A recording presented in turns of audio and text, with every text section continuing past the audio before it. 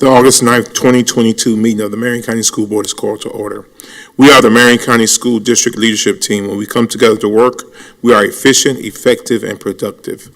Our three most important characteristics are dedicated, transparent, and individually responsible. To work well together, we must demonstrate respect, confront reality, and be accountable. We will always put students first. We will leave a legacy of success. For the courtesy of those listening to the meeting, I'm requesting everyone in the audience to please remove their hats and turn off their electronic devices or put them on vibrate. Later in the meeting, up to 30 minutes will be provided for individuals to address the board on matters concerning the operation of the Marion County school system or the school board only. Presentations to the board are limited to 5 minutes and are televised. If you wish to address the board regarding a regular agenda item or matters on which the board customarily takes action, you must first complete a peach form located in the lobby. If you wish to address the board regarding a public hearing or a student discipline matter, please complete a lime green form. These forms must be fully completed and received by the board clerk no later than 5:40 p.m. The procedures applicable for each are on a separate sheet. Board clerk, please call the roll. Ms. Allison Campbell, District 1. Here. Mr. Don Browning, District 2. Here. Mr. Eric Cummings, District 3. Present. Ms. Nancy Thrower, District 4. Here. Ms. Kelly King, District 5. Here. Dr. Diane Gullett, Superintendent. Here. Mr. Jeremy Powers, School Board Attorney. Here. Thank you. I would like to introduce Mr. Christopher Lanza, Media Specialist from Ward Highlands, who will be leading us tonight and providing the inspiration and leading us in the pledge. Hello, my name is Christopher Lanza. I'm the Library Media Specialist at Ward Highlands Elementary School. Tomorrow will be my 8th first day of school at Ward Highlands, 18th in Marion County, and my 23rd in education overall. I started teaching in Brooklyn, New York in the fall of 2000, where I took classes at NYU at night to get my master's degree in library science. I'm happy to be here tonight to share with you why I'm looking forward to another year in the library. The library is quiet now, but it won't be for long. I cannot wait for the students to return. It's not a large library. It's one of the smallest in the county, but square footage doesn't matter to my almost 1,000 students at Ward Highlands. They love their library. The library is the hub of the school. Like Grand Central Station, just instead of trains, we have books to help transport them to other places. And not just cities, states, or countries, books that can take them to other worlds and other times. The library is not just books either. Students will be able to create a morning television show where we share daily announcements and celebrate student successes. We will create things in the library with maker spaces. Students will learn how to stay safe online and deal with the massive amounts of information they are flooded with. I'll also be able to work with some super teachers, helping them find resources and incorporating the library into their lessons. We do so much in the library to promote a culture of learning and a passion for reading. From author visits to reading contests, even the most reluctant readers always come around for a reading contest to pie the principal in the face or slime the entire administration team. At the end of every quarter, students will earn prizes for making their individualized reading goals, which gives all students the opportunity to succeed. Students are also invited to reading celebrations throughout the year. I'm lucky to be able to see all the students on campus, and not just see them, but make a positive impact on them. My favorite part of the job is introducing students to that perfect book, that one that hooks them and makes them keep coming back for more. Whether it's a picture book, a chapter book, or a comic book, it doesn't matter. What matters is that they are reading, and we are encouraging that love of reading, because once we have them reading, there truly is no limit to what they can achieve.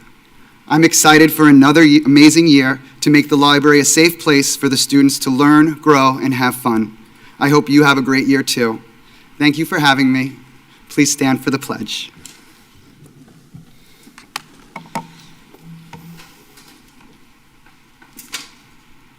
I pledge allegiance to the flag of the United States of America and to the republic for which it stands, one nation, under God, indivisible, with liberty and justice for all.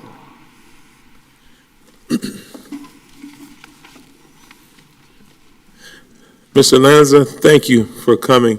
I think you might be in trouble with Dr. Smiley because y'all left that picture up there too long of her getting slimed.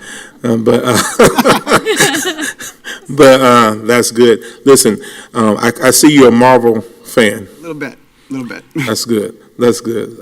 But listen, we thank you for what you're doing every day with these kids, and welcome back to school on tomorrow. And we pray that you'll have a whole lot of kids coming through that library reading. Reading is fundamental. So thank you. Thank you. Yes, sir. Okay. Yes, sir. Before you go, Sorry, sir. would you, I love libraries, and they've just always been a treasure. Would you, without putting you on the spot, name an author or two that you're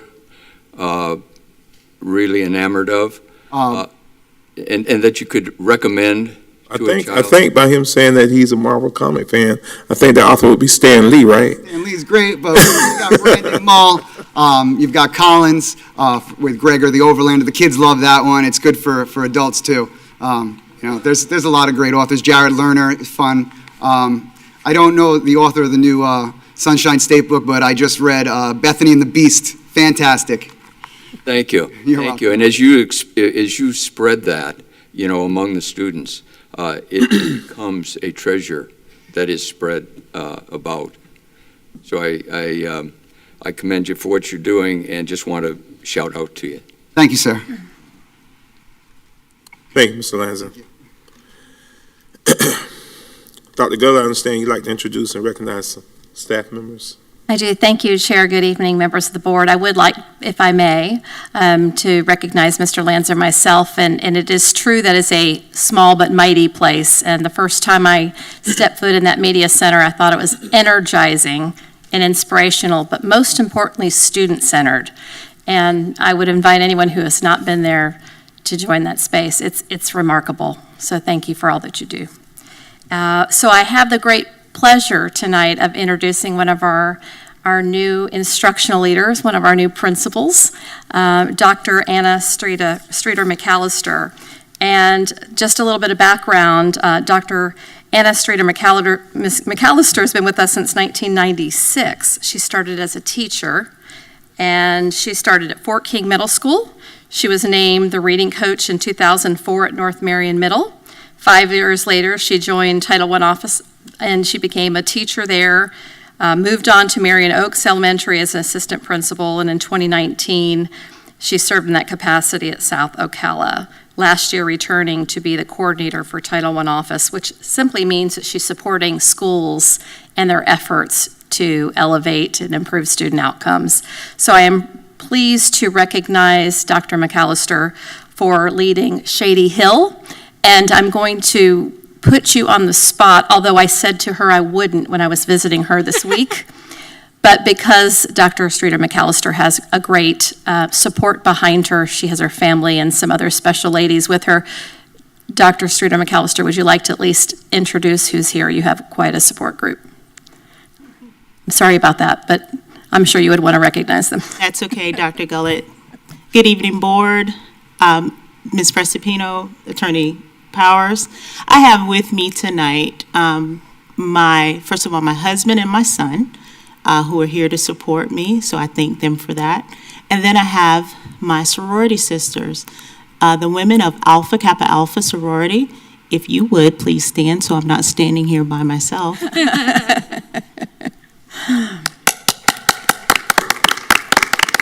And for those of you who don't know, I know that Mr. Cummings, or Reverend Cummings always talks about the Divine Nine. Well, Alpha Kappa Alpha is the mother of the Divine Nine. We were the first African-American sorority created for college women in January 15th of 1908 at Howard University. And we have over 300,000 members worldwide. So I am so happy tonight to have my sorority sisters here to support me in my new endeavor. Thank you, Dr. Gullett. Amen. Don't sit down. We coming down. We're gonna come down and take a picture. This is a good moment to have that many of the ladies from the Alpha Kappa Alpha sorority here. So Yes, sir. y'all Eta want to Tau take a Omega picture, chapter. please Here in come on Ocala. down. We're gonna take a picture with y'all. The board that very rarely gets this opportunity. And Zion and George, come on.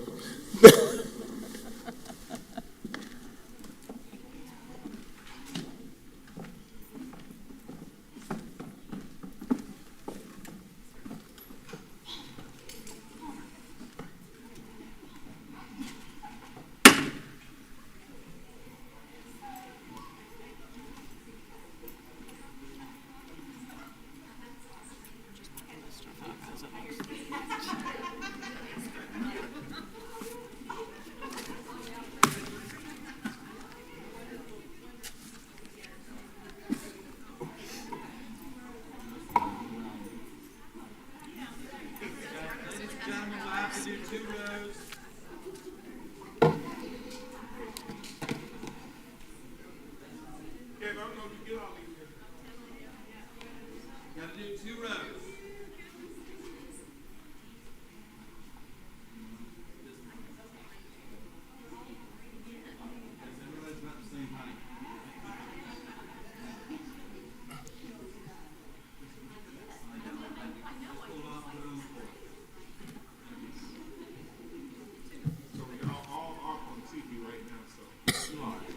Anything you say can and will be. Oh, wait, that's the one. Just kidding. That's my line. Get over here, because I do not want to get the chairs in the shot. All right, here we go.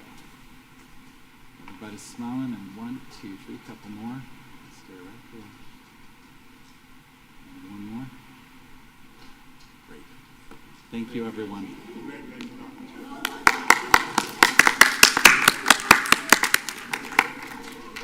That was a good one, Mr. Powers.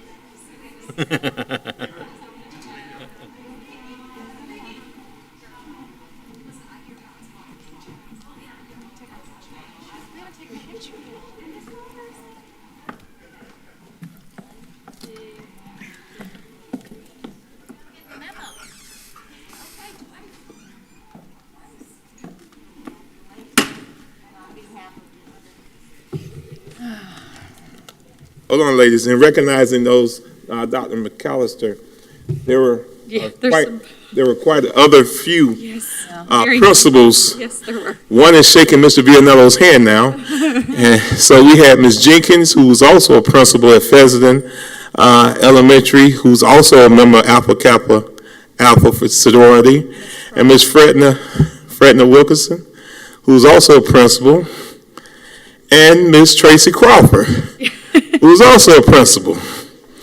So Alpha Kappa Alpha put out a lot of principals. Thank you, ladies. Superintendent? Thank you, Chair. Members of the board, I recommend approval of the agenda for August 9th, 2022, school board meeting with the materials in the board packet, those materials distributed to board members at the meeting, and the audio recording included as part of the official record of the meeting, with the exception of items D15.1, D16.1, and D16.2 that have been placed under discussion, and items C10.1, C11.2, C11.3, and C14.2 that have been pulled for discussion. Thank you. May I have a motion on the superintendent's recommendation? Motion to approve? Motion by Board Member Throer, Second. seconded by Vice Chair Campbell. All in favor signify by aye. Aye. Opposed have the same sign. Passed unanimously. May I have a motion to approve the minutes for the June 28th, 2022 school board meeting? So moved. Moved by Board Member King, Second. seconded by Board Member Throer. Are there any additions or corrections to the minute? Any discussion? There being none, all in favor signify by aye. Aye.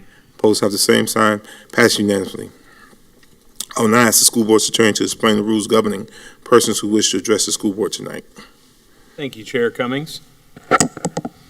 In compliance with Section 286.0114 of Florida statutes, the school board has adopted uniform procedures for public speakers who wish to speak at tonight's meeting, either regarding one of tonight's agenda items or a matter relating to the operations of the school district. These procedures will ensure the public has a reasonable opportunity to be heard on school board and school district matters. A written summary of these procedures is available from the table in the lobby. Public speaker forms are also located on the same table. The completed forms were due to the school board's clerk no later than 5:45 p.m. Tonight's speakers will be called prior to the business portion of the school board's meeting in the order of receipt by the school board clerk. Before you begin speaking, please state your full name for the record and spell your last name.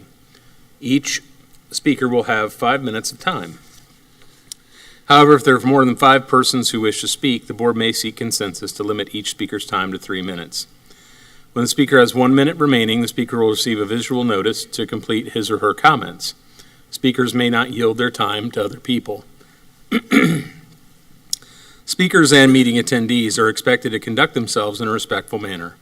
Therefore, verbal attacks and profanity are strictly prohibited. Pursuant to the procedures for public comments, item 6, speakers are not to identify specific individuals other than themselves or their child unless the statement is provided 24 hours in advance.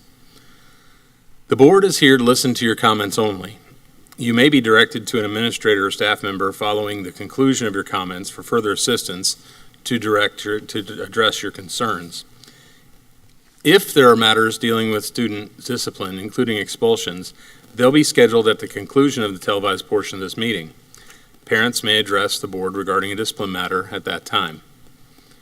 To ensure student privacy, only a parent or guardian may use the student's first or last name. Identifying references to or identification of other students or their families are also strictly prohibited.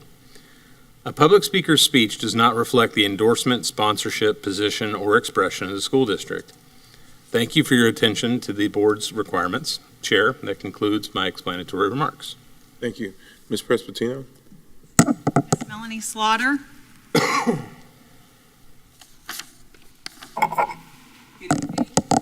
Melanie Slaughter, 4525 Southeast 12th Avenue, Cal, Florida, 34480. I am here tonight for some good news for the board. And in the fall of last year, Coach Farmer and Mrs. Farmer at Vanguard High School challenged the football program, especially the seniors, to maintain a 3.0 GPA. And I am proud to say that we had 18 seniors on the football team all graduate from Vanguard High School. Of those 18, 10 graduated with honors, high honors, or highest honors. And because they're no longer students, I'm going to read their names. Honors from our program: Maddie Brooks, Joe Gilchrist Jr., Isaiah Guy, Trey Parker, Yordell Scott. Highest honors: Ronald Carpenter Jr., DeWitt Betterson, Elijah Hopkins, Lyndon Wallace. Highest honors: Grandin Wilcox. All football players, all varsity football players at Vanguard High School who rose to the challenge. They all benefited from summer school.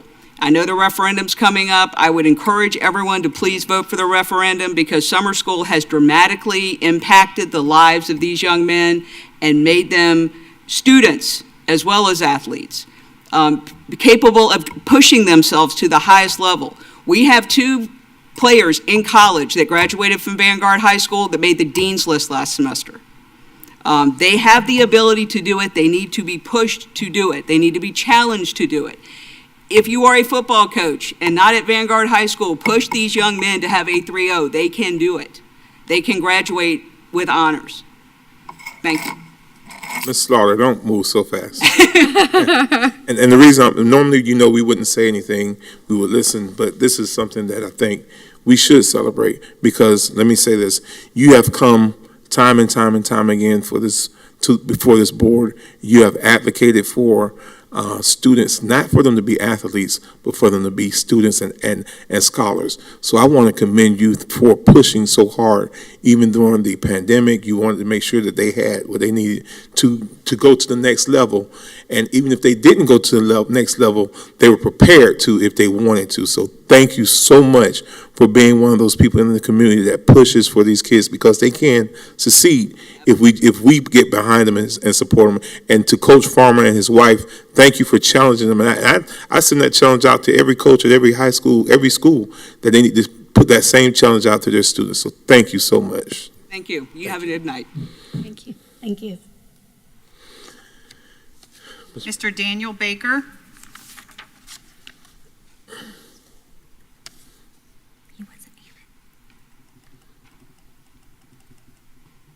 Good evening. My name is Daniel Baker. Last name spelled B-A-K-E-R. Ladies and gentlemen of the board, my name is Daniel Baker, and I am one of Marion County Public Schools substitute teachers. I am here to urge the board to proceed with the proposed amendments to School Board Policy 3120.04. Recently, this policy has been amended to increase age restrictions on substitute teachers, going from allowing those 18 years of age and older to substitute at any school to only allowing those 20 years of age and older to substitute at elementary schools, and those 22 years of age and older to substitute at middle and high schools. At today's meeting, you are scheduled to vote to amend these new requirements back to the old age requirements under the premise that due to a substitute shortage, we are willing to accept younger substitutes. While I am glad you are choosing to revert the changes, I worry that you are doing so for the wrong reasons. During my time as a substitute teacher, it has become clear to me that my age was not a barrier at all when it came to providing a safe and educational environment for my students. Rather, my experiences have shown me all of the strengths that a younger substitute can provide. One such strength is the ability to walk into a new classroom and be able to quickly adjust to a new set of students and content from the day prior. Because I had only just finished high school a couple years prior and am still progressing my education in college, I had more knowledge of high school content than perhaps an older substitute would. This allowed me to act not only as just a babysitter, but a true educator despite not being a full-time teacher. This also extends to knowledge of school safety. It can be difficult for a substitute who has been out of schools for years to remember all of what entails an Alice drill, for example. Students respected this familiarity with their educational content and safety procedures, and I was often asked educational questions that a student would likely not be able to ask an older substitute about. My knowledge of content and procedures eventually led to me being offered a continuous substitution position over advanced placement world history. Being that I had only just taken the class roughly 4 years prior, I was knowledgeable enough about the content that my students would pass at above the state and national averages on their AP exam, proving that a younger substitute can produce amazing results when given the chance. Further, by employing younger substitutes, we are giving our future teachers hands-on experience with classroom management and educational techniques. These are skills that can only be enhanced through first-hand experience. We all know that being a substitute teacher, let alone a full-time teacher, is a difficult task. However, our young substitutes face this difficulty and take it as a learning experience every time they have a success or a failure. I've learned things such as the importance of physical presence and active monitoring through my experiences as a substitute. By having this learning experience, we are much better suited for becoming full-time teachers in the future. And on that note, because of my wonderful experiences with Marion County, and particularly at Westport High School, I would love to eventually become one of our full-time teachers. By allowing me to substitute teach despite my young age, you have invested in the future of our education system. While I could go on and on all about my experiences as a substitute teacher for Marion County, I will leave you with this. Please do not mistake age for competency. I have seen older substitutes who are drastically unfit for the classroom, as well as younger substitutes. Age should not be a barrier that we restrict our substitute teachers based on. At the end of the day, there are strengths and weaknesses to each one, and I ask that we do not keep questioning the validity of our younger substitutes. Do not amend the policy because of a substitute shortage. Amend the policy knowing that younger substitutes are vital to our school system. Thank you for your time and have a blessed day. Thank you, Ms. Baker. Mr. George Rimmel. Nicole, how many do we have? 2 more after this one. More? Okay. I think we had the wrong time up on the clock. I think last time we only put 3 minutes. It should be 5. Yes, sir. I'll change that. Thank you. Yeah. Evening, folks. My name is George Rimmel, R-I-M-E-L. Was here last year, and I'm back again for the same issue. I want to thank Allison for some help directing me to my state representative, although that was rather a disappointing dead end.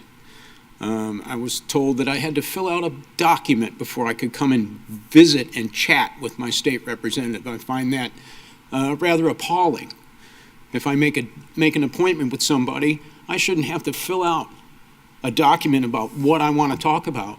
Let's meet in person, and then if you can help me, then I can fill out a document releasing things. But I guess maybe that's why she's a Democrat and wants to make life hard. But I'm still at the same agenda as last year. As of today, I called the Marion County Courthouse. I am $46,053.80 owed child support. And I'm finding it a hard pill to swallow, the new rate of $75, I believe it is, for the MAP program. It's a wonderful program. Us single parents would be lost without it. Our children would suffer deeply without it. And most of the people that I've met in the mornings are wonderful people. They're doing a great job, and they deserve the raise that they got. Although that was kind of unjustified by the people in office today, that's currently our president ruining this country. But there's nothing that we can do about that except at the voting booth and get these people out of office. I'd like some help from each and every one of you. My daughter Felicity has moved to Howard Middle School, so if I could get the hand raised of the representative? All of us, but it's one of my schools in my district. But all of us represent all schools. Well, I thought there was somebody designated for certain zones, but either way, I'm here for all of y'all's help, because it's not me you're helping, it's my daughter. I struggle at home making ends meet. I'm a single parent, and I'm willing to bet there's a whole bunch of single parents that are owed obscene amounts of money. Mine just happens to be totally absurd. But Congress says I can't garnish her wage, but I can't get in front of the new Congresswoman to discuss this issue. Her secretary keeps pushing me off and says it's not important. And this is where I need y'all's help, to start calling the Congresswoman and say, this is absurd, that this man cannot have a visit with you. She's my representative. I believe I have a constitutional right to see the person. And it's been going on for over a year. She's been in office. She's been here to Ocala over 15 times, and I can't get a word in edgewise with the woman. It's a shame. I think she's doing a great job. But from my side of the view, the shoe's on the other foot. I'm owed $46,000 by a deadbeat, and neither state or federal representatives are willing to help me. And if somebody knows the governor's office or who wrote this to administrate something for us deadbeat parents, survivors. I mean, this is absurd that I can't get no help. I should be able to qualify regardless of my income for the reduced payment. And we all should be getting this free. This is a state-funded program, and I'm owed child support. And that child support should, if the deadbeat can't pay, then the state needs to step up. Because I'm tired of fighting this battle by myself. I'm 61 years old. And I work hard every day. I work out in the sun. I build custom homes and barns here. And I'd be willing to anybody that's my age to come up on the roof with me tomorrow and hang with me for 8 hours. And then we can talk. But this is, got 45 seconds left here. I want to thank y'all ahead of time for any help that you can guidance that we can resolve this issue. Because I can't afford it. Because now I have to drive from OPE all the way to Howard and then back out to the country to go to work. $4 a gallon, this ain't no fun no more.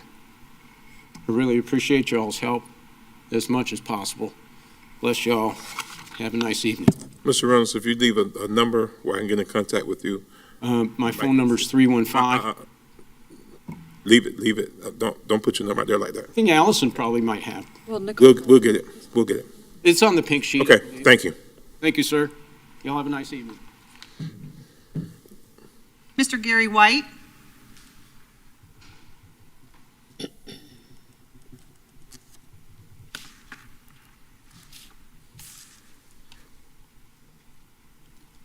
Hello, my name's Gary White. I live at 9280 Southwest 96 Court Road. I'm here representing Tea Party, God, Constitution, and Country in every way. I was at a forum the other night, and I started, this is almost not to you, folks. This is almost to whoever might be watching out there. I talked to at least 6 married couples, kind of politically astute, walking around the forum, the forum for all the different offices going on in the county being elected right now. And I asked them how much the school budget was. And when I told them $905 million, they went, I had no idea. You have no idea. You've got to get aware of these things. That budget is larger than the county budget. I had no idea. That's amazing. Now, that was the response I got from everybody. How many kids are in the school? 43,000. It's that big? It's unbelievable. And there's a 7,500 staff. You got to be kidding. 3,300 teachers. Folks, you need to learn what's going on here. You need to come here and watch what's happening. It's of the utmost importance that you as parents get involved in this school board program. These people can do a lot of good if they have your support and your understanding and you know what's going on here. They can do a whole bunch more than they're doing now, and they're trying as hard as they can. Also like to speak to the referendum. We increased the amount of taxes available in the county by $12 billion. In other words, our real estate taxes got so low they were like at $12 billion. And when the school board came to us, voters, and said, gee, we'd like to have the 1 mil, we trusted you and we believed you. And you were right. We needed the 1 mil. And you came to us the second time, and we still trusted you. We believed you. We supported you. Now, we've gone from $20 billion worth of taxable real estate to $25 billion worth of taxable real estate, and you're asking for it again with $125 million of COVID income that you've created.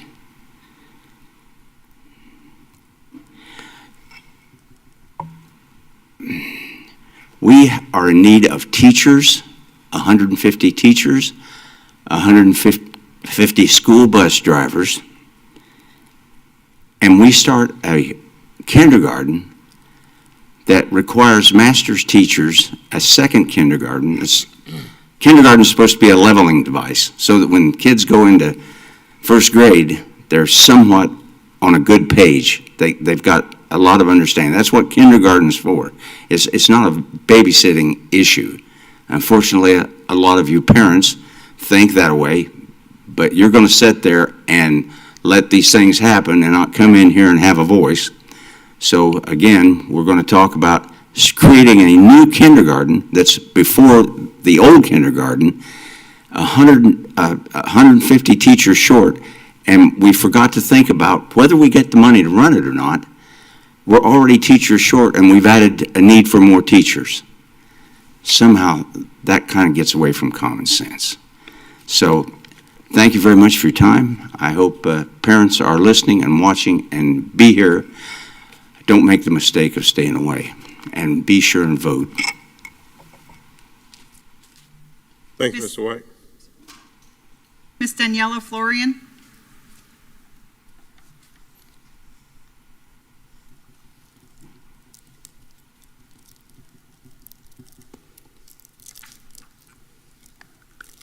Good evening. My name is Daniela Florian, last name spelled Florian. And I never really had a reason to come to one of these meetings before, but today I do. I myself and many other young adults are being affected by the new age requirement for substitute teachers. That requirement being that for subbing elementary, you have to be 20 years old, and for subbing middle and high school, you have to be 22 years old. And although there must be a legitimate reasoning for that change, it quite frankly feels like a slap in the face. I'm 19 years old, and the old requirement was to have your AA degree and take the required training to become a substitute teacher, but that has changed, and it become more lenient for this school year. The only reason why I was a substitute teacher at 19 years old and 18 years old was because I graduated in the dual enrollment program that you guys provide. And that could not have been done without being responsible and having a hard work ethic. And I feel like we worked really hard to get so ahead, and this age requirement is holding us back. I graduate with my bachelor's next year, and although my major is far from education, my time being a substitute teacher, I've grown a love for teaching and spending time with the students. And it's changed my career path, and in hopes of becoming a teacher for this county at 20 years old, unless there's an age restriction placed on that too. After the first couple of classes that I subbed at Westport High School, because that's where I mostly sub at, and that's where I graduated from, the students have gotten to know who I am, and they've expressed to me that they feel glad to see younger faces substituting for their classes, and also they feel comfortable enough to speak to us about either school, college that they're going to be graduating soon, and life in general. And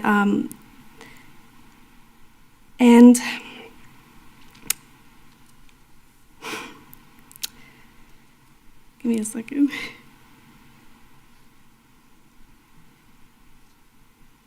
Oh, and since I was in their shoes a couple of years ago, literally like 2 years ago, and so teachers would also personally request me and other young subs to take on their classes, and having them entrust us enough to leave their students in our hands makes me feel like we are doing our job right, and also doing it better than what anyone could expect a 19 or 20-year-old can do.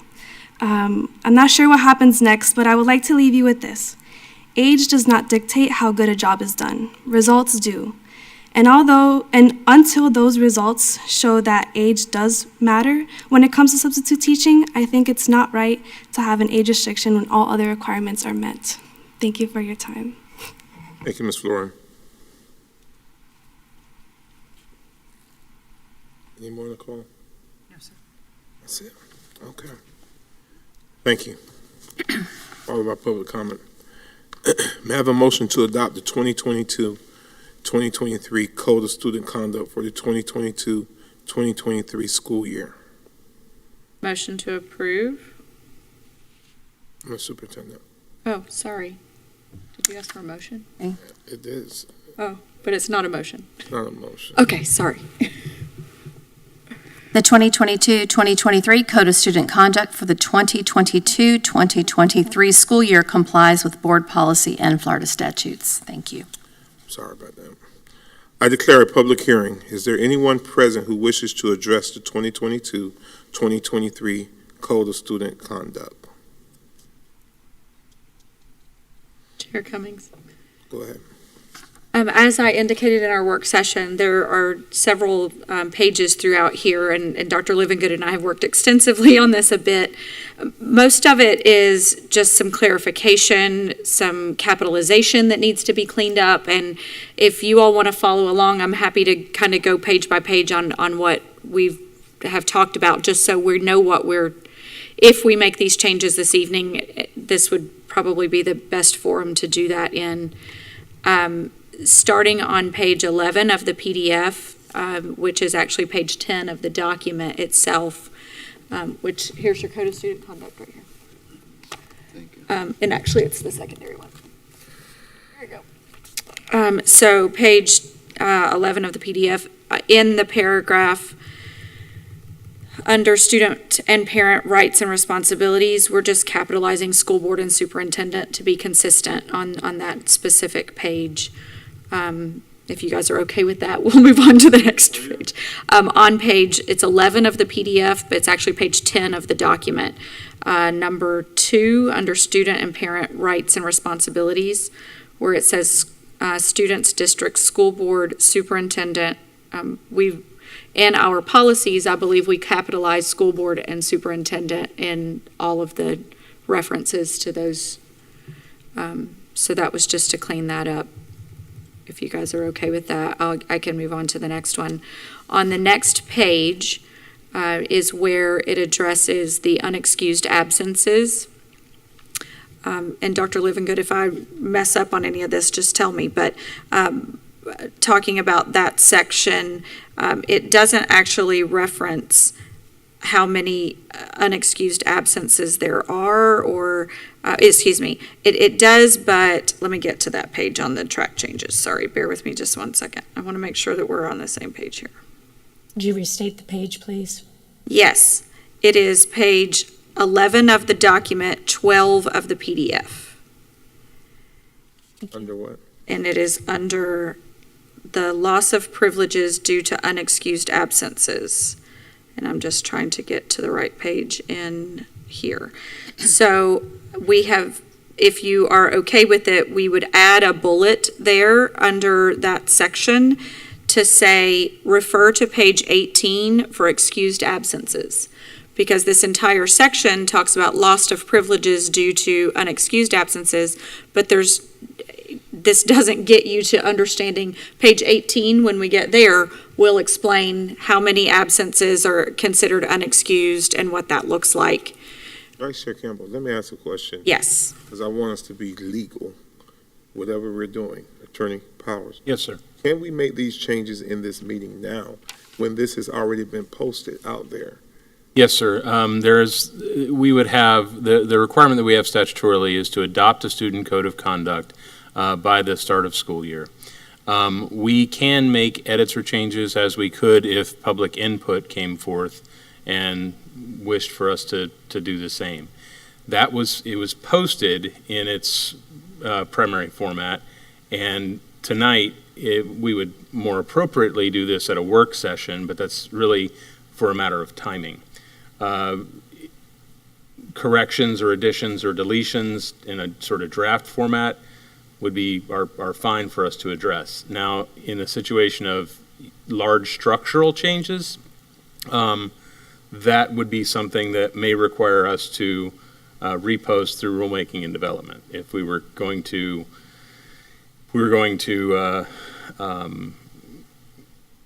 completely remove large sections and place new sections in. We wouldn't want to play sort of hide the ball and that sort of thing. Correct. Code of student conduct is subject to being amended at any time. When the board adopts it, it becomes board policy under Florida statute. Therefore, the board is in control of its policies, and the board would be able to address or make any edits as it saw fit. The only thing I would have concern is if we were to redraft a large portion of the policy, which would cause, a structural meaning difference, at which case I would say that it's best to do with a secondary amendment that is re-advertised. And so, Vice Chair Campbell, these are just grammatical errors, or are we changing, because it sounds like we're about to get into something? So most of them, and most of them are just ensuring that we have cross-references or we have capitalization, those kinds of things. We do have coming up right here in the athletics and extracurricular activities. It originally said students must be present for the majority of the school day, and I would like to propose that said entire school day or a percentage of the school day or something, because majority is subjective. And we don't know if that means 3 class periods, but if it's a block day, what does that look like? And so that particular section, which is immediately following this, so that is, I guess, a structural change to what was published versus what we haven't had a chance to talk it through. Right. That would be in statute 1006.15. Specifically talks about student standards for participation in interscholastic and intrascholastic extracurricular student activities. And that, as well as FSBAA standards, there are indications, I don't know in which of those it occurs, but I remember seeing that language, that there is present for the majority of the school day. So I would need to look at that before altering to something that is Sure. beyond that. And I'll attempt to do that while you're speaking. Sure. If there's a definition of majority, I would love that. While he has the floor, may I Yes, sir. I'd like you to expand, Attorney Powers, expand on the mechanics of making a significant change or addition. How would that, let's suppose that this passes this evening, then address X change to it down the road? Yes, sir. We would, rulemaking and development as required whenever an agency is changing its rules, laws, or anything of that nature, require that it be given specific and additional notice. And so this process has gone through rulemaking and development. It was advertised previously at an increased length of time, and there was a posting of the first draft policy and then an amended draft to correct a few errors. And then it's up for tonight for the public to have a public hearing and for the board to review. At that point, it becomes, if the board approves it, which we're required to do before the start of school, if the board ultimately approves whatever policy it does tonight, that policy becomes a board policy. The student code of student conduct becomes board policy. Thus, ownership is with the board. The board has the ability to alter that which it owns.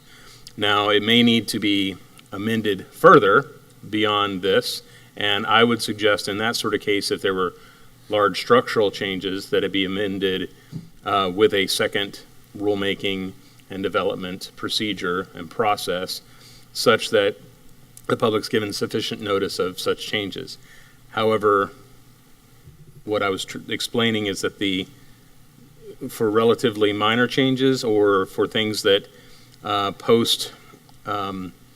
things that point to a further explanation or make the document more readable, I believe that's not only appropriate but necessary, because the Code of Student Conduct also is required under statute to be legible at a certain reading level, and it's a difficult task because it has to be, number one, plain language understandable, and number two, it has to address every potential situation we might find ourselves in and be very enforceable.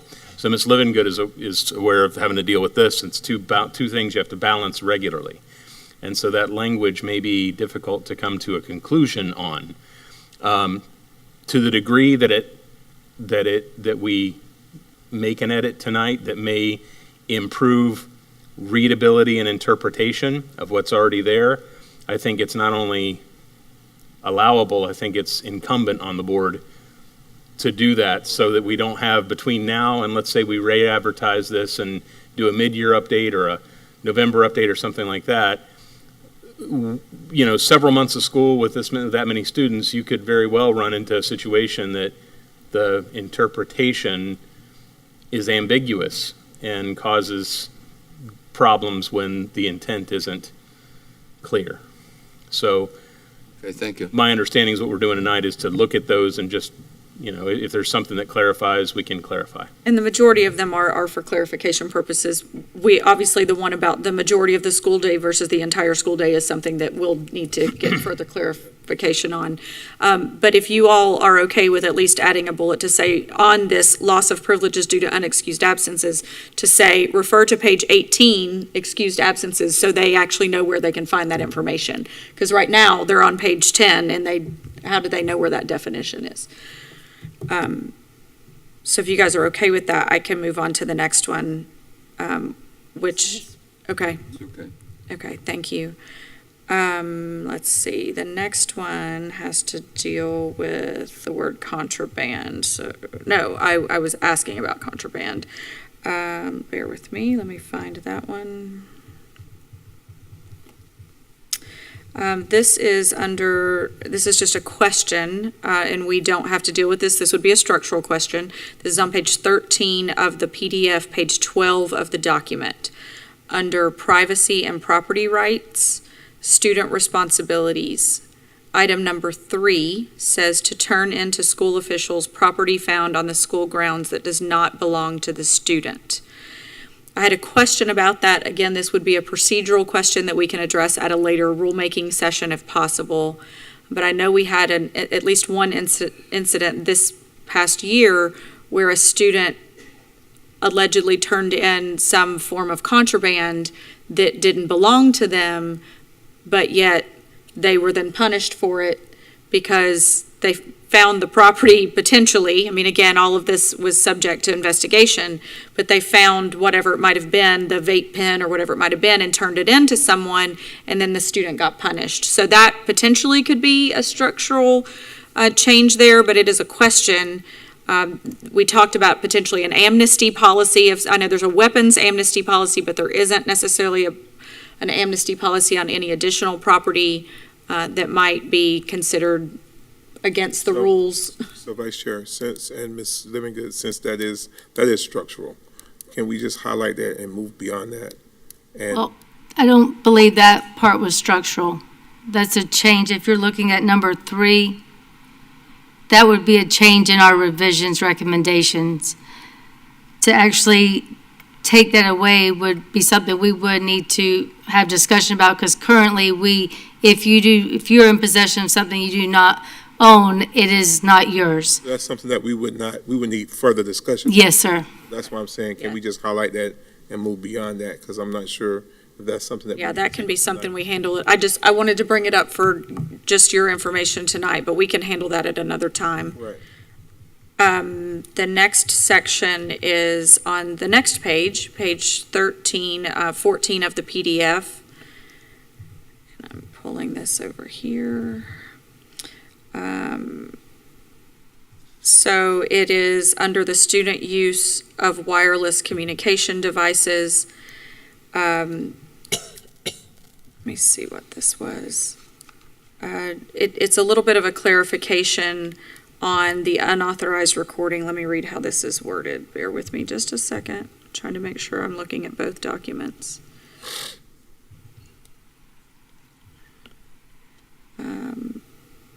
Students. I think that paragraph is okay. It was actually the paragraph under electronic equipment. The current paragraph reads cameras, video cameras, iPods, and other similar electronic equipment. I think if we just changed that sentence, it'll mean the same thing, but if we just say electronic recording devices or other similar electronic equipment, I think that will cover it, because we really don't have cameras and video cameras and iPods. That everybody has most people have a smartphone that's going to be doing that. So if we just consider it electronic recording devices, that's just a question. If you guys would be okay with electronic recording devices versus cameras, video cameras, and iPods. It's outdated language as read. So I agree with you. Yes, sir. I think in a workshop myself for that type. Unfortunately, we're not able to, we have to approve something tonight. So that's the unfortunate thing. I mean, I understand that a workshop would be terrific for us to take this page by page and go through these little bitty minor structural things, but So what are you proposing with this one? to say electronic recording devices in lieu of the language that says cameras, video cameras, iPods. So it says in. Electronic recording On devices. the school campus unless pre-approved by school administration designee. Yes. You get into a cell phone. It's a cell phone. I mean, I'd rather be clear, leave it like it is, leave it. Because if you say electronic recording devices, you just take your cell phones off. You just, that's just me.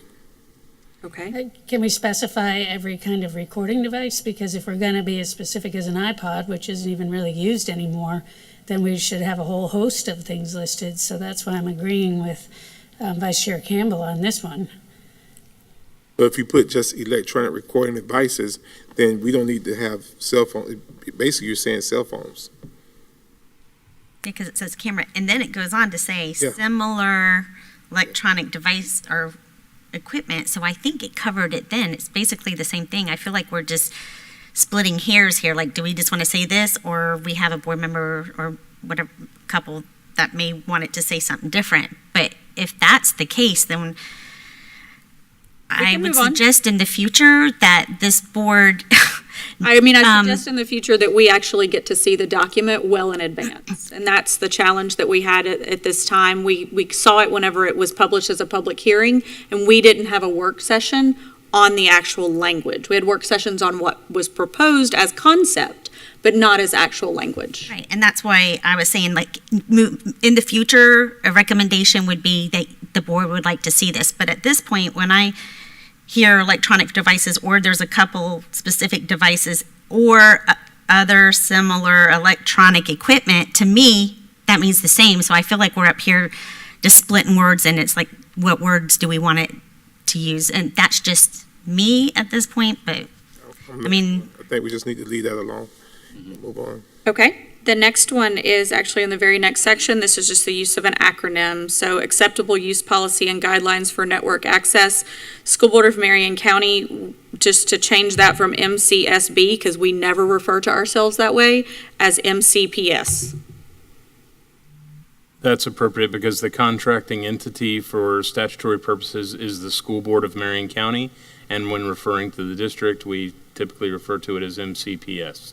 So MCSB would not typically be the acronym that we would use. We generally say SBMC if it's if there's a any kind of legal document involved.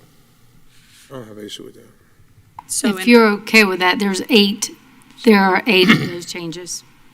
So in every reference of MCSB, if that can be changed to MCPS. I don't have an issue, guys. You As so long as what you're referring to is the district and not the board specifically as a legal entity. So And you'll need to check that. I mean, there may be a reference in which it's referring to the school board Well, as this is opposed to saying the the school school district. board. And so, of course, there's times when you say the Marion County Public Schools, or you'd say the school board. Sometimes they're different. Okay, the first one does refer to the school board of Marion County under the acceptable use policy of guidelines for network access.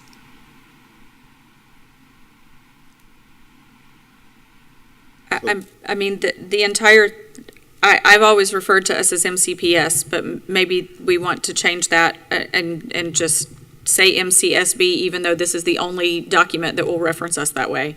I believe that Marion County Public Schools believes network access is an exciting opportunity to expand learning for educators.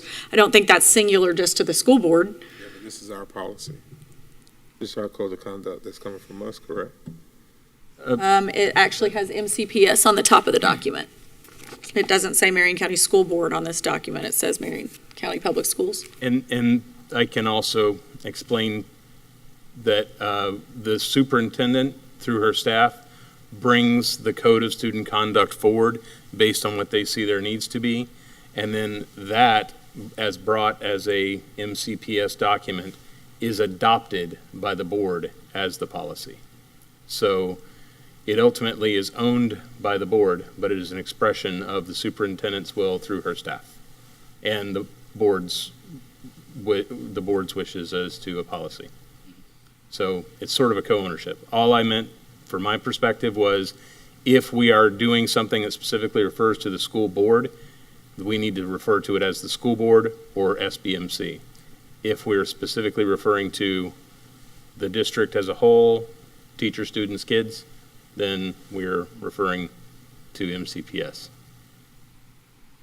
So either way, MCSB, we would want to change. Right, MCSB would never be right. Okay. Sure. That's more clear. Mr. Browning? Yes. Attorney Powers, would you elaborate on your comment, we must approve? What takes place if this is not approved? I know we're at the 11th hour, but what takes place tomorrow if this is not approved?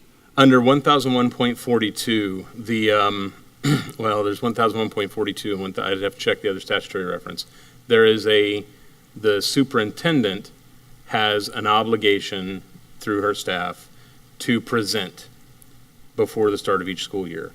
And the Marion County has a the school board has an obligation under statute to adopt a code of student conduct. Now, if we do not adopt a code of conduct, then we're in violation of statute. I know of no specific consequence except that we're out of compliance, but I wouldn't want to test it.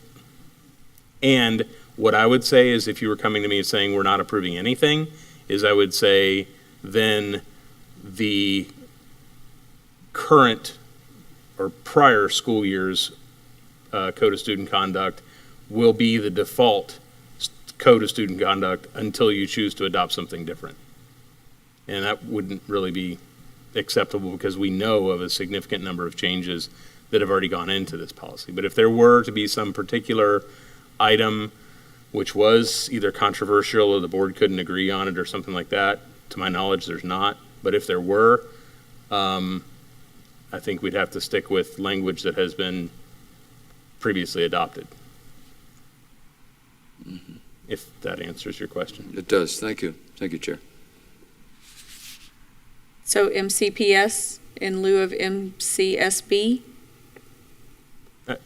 I mean, from a legal perspective, I think that's appropriate. The board, I would advise and encourage that to be, don't use MCSB. Should the language then change instead of the school board of Marion County to reflect Marion County Public Schools? It depends on the sentence and the context. I mean, I hate that, that's a lawyer answer, it depends, but it's true. There's Policy comes from the school board, correct? policy in this case with the Code of Student Conduct is brought by the Recommended by superintendent the and adopted. superintendent, but it's adopted by the school board, correct? Let me look at the specific reference that you're referring And to. the reason I say that because it specifically states above that acceptable use policy. So we are the policy making. Yes, we have adopted an acceptable use policy, not a procedure. If that's the case, I don't know everything about what we've adopted over the years, but if we have an acceptable use policy that is in our policies, that is the school board's policy, and it applies to MCPS.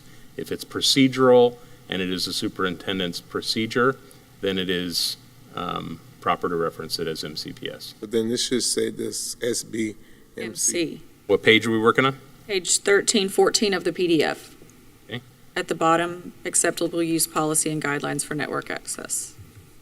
I have a question before we move on. If this was a legal question, could this have been addressed beforehand and we could have like highlighted it to do this advance? I'm just kind of questioning why we're, again, looking at this MCPS or MCSB. If we knew about this prior, this probably could have been handled earlier, like on the legal side. So I'm kind of questioning that. So is that something that could have been done prior to now, or no? I was given the final draft to review at the same time it went to board docs. So as to a question of MCPS being brought up as to MCSB, Ms. Campbell caught that. If you're asking now what the proper edit is, the proper edit would be to say MCPS or SBMC. If it's it's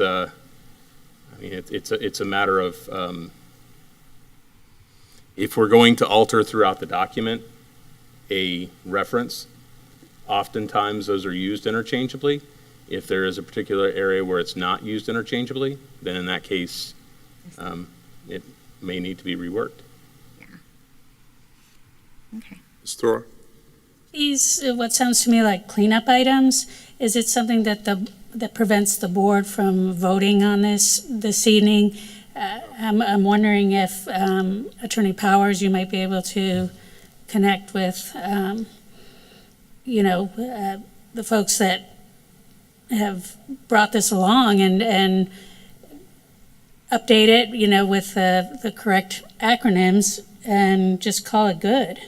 Or do we have to vote on each and every shift from from MCSB to SBMC? Or a capital S. So we can move on from that. I think the other things might actually be things that we could correct tonight, and like the next one just says SB something. Nobody knows what SB is without knowing that school board policy. So if we just actually spelled out school board policy instead of SB or SBP, it's just, for what Attorney Powers said at the very beginning, that it's imperative that we make this as legible and readable as possible. And there are some corrections like that, the one that we're about to do on page 15, that I think would help clarify for anyone who might have questions.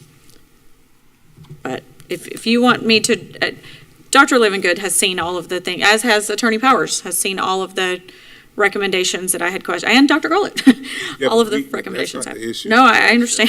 The issue is that we haven't. Right. As a board, and I think that.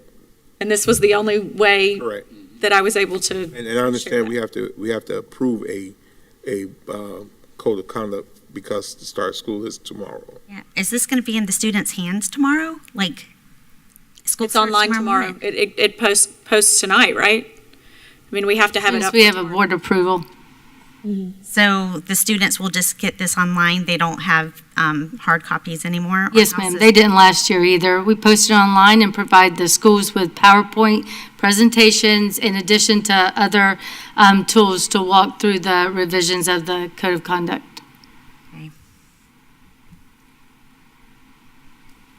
Ms. King, in answer to your question earlier, that what I'm looking at from what's been suggested is If there are proofreading edits, those are proofreading edits.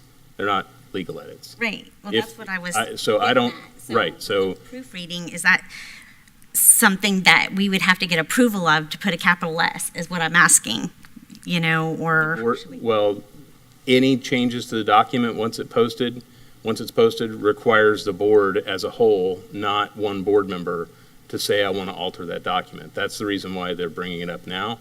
So if going down the list, these are all items which you all agree that those are proofreading edits, and give now at this point Ms. Livingood the ability to fix each of those that's been posted, we would be in a different position if we were right here 2 weeks ago or a month ago, because at that time it'd be much easier to make the changes.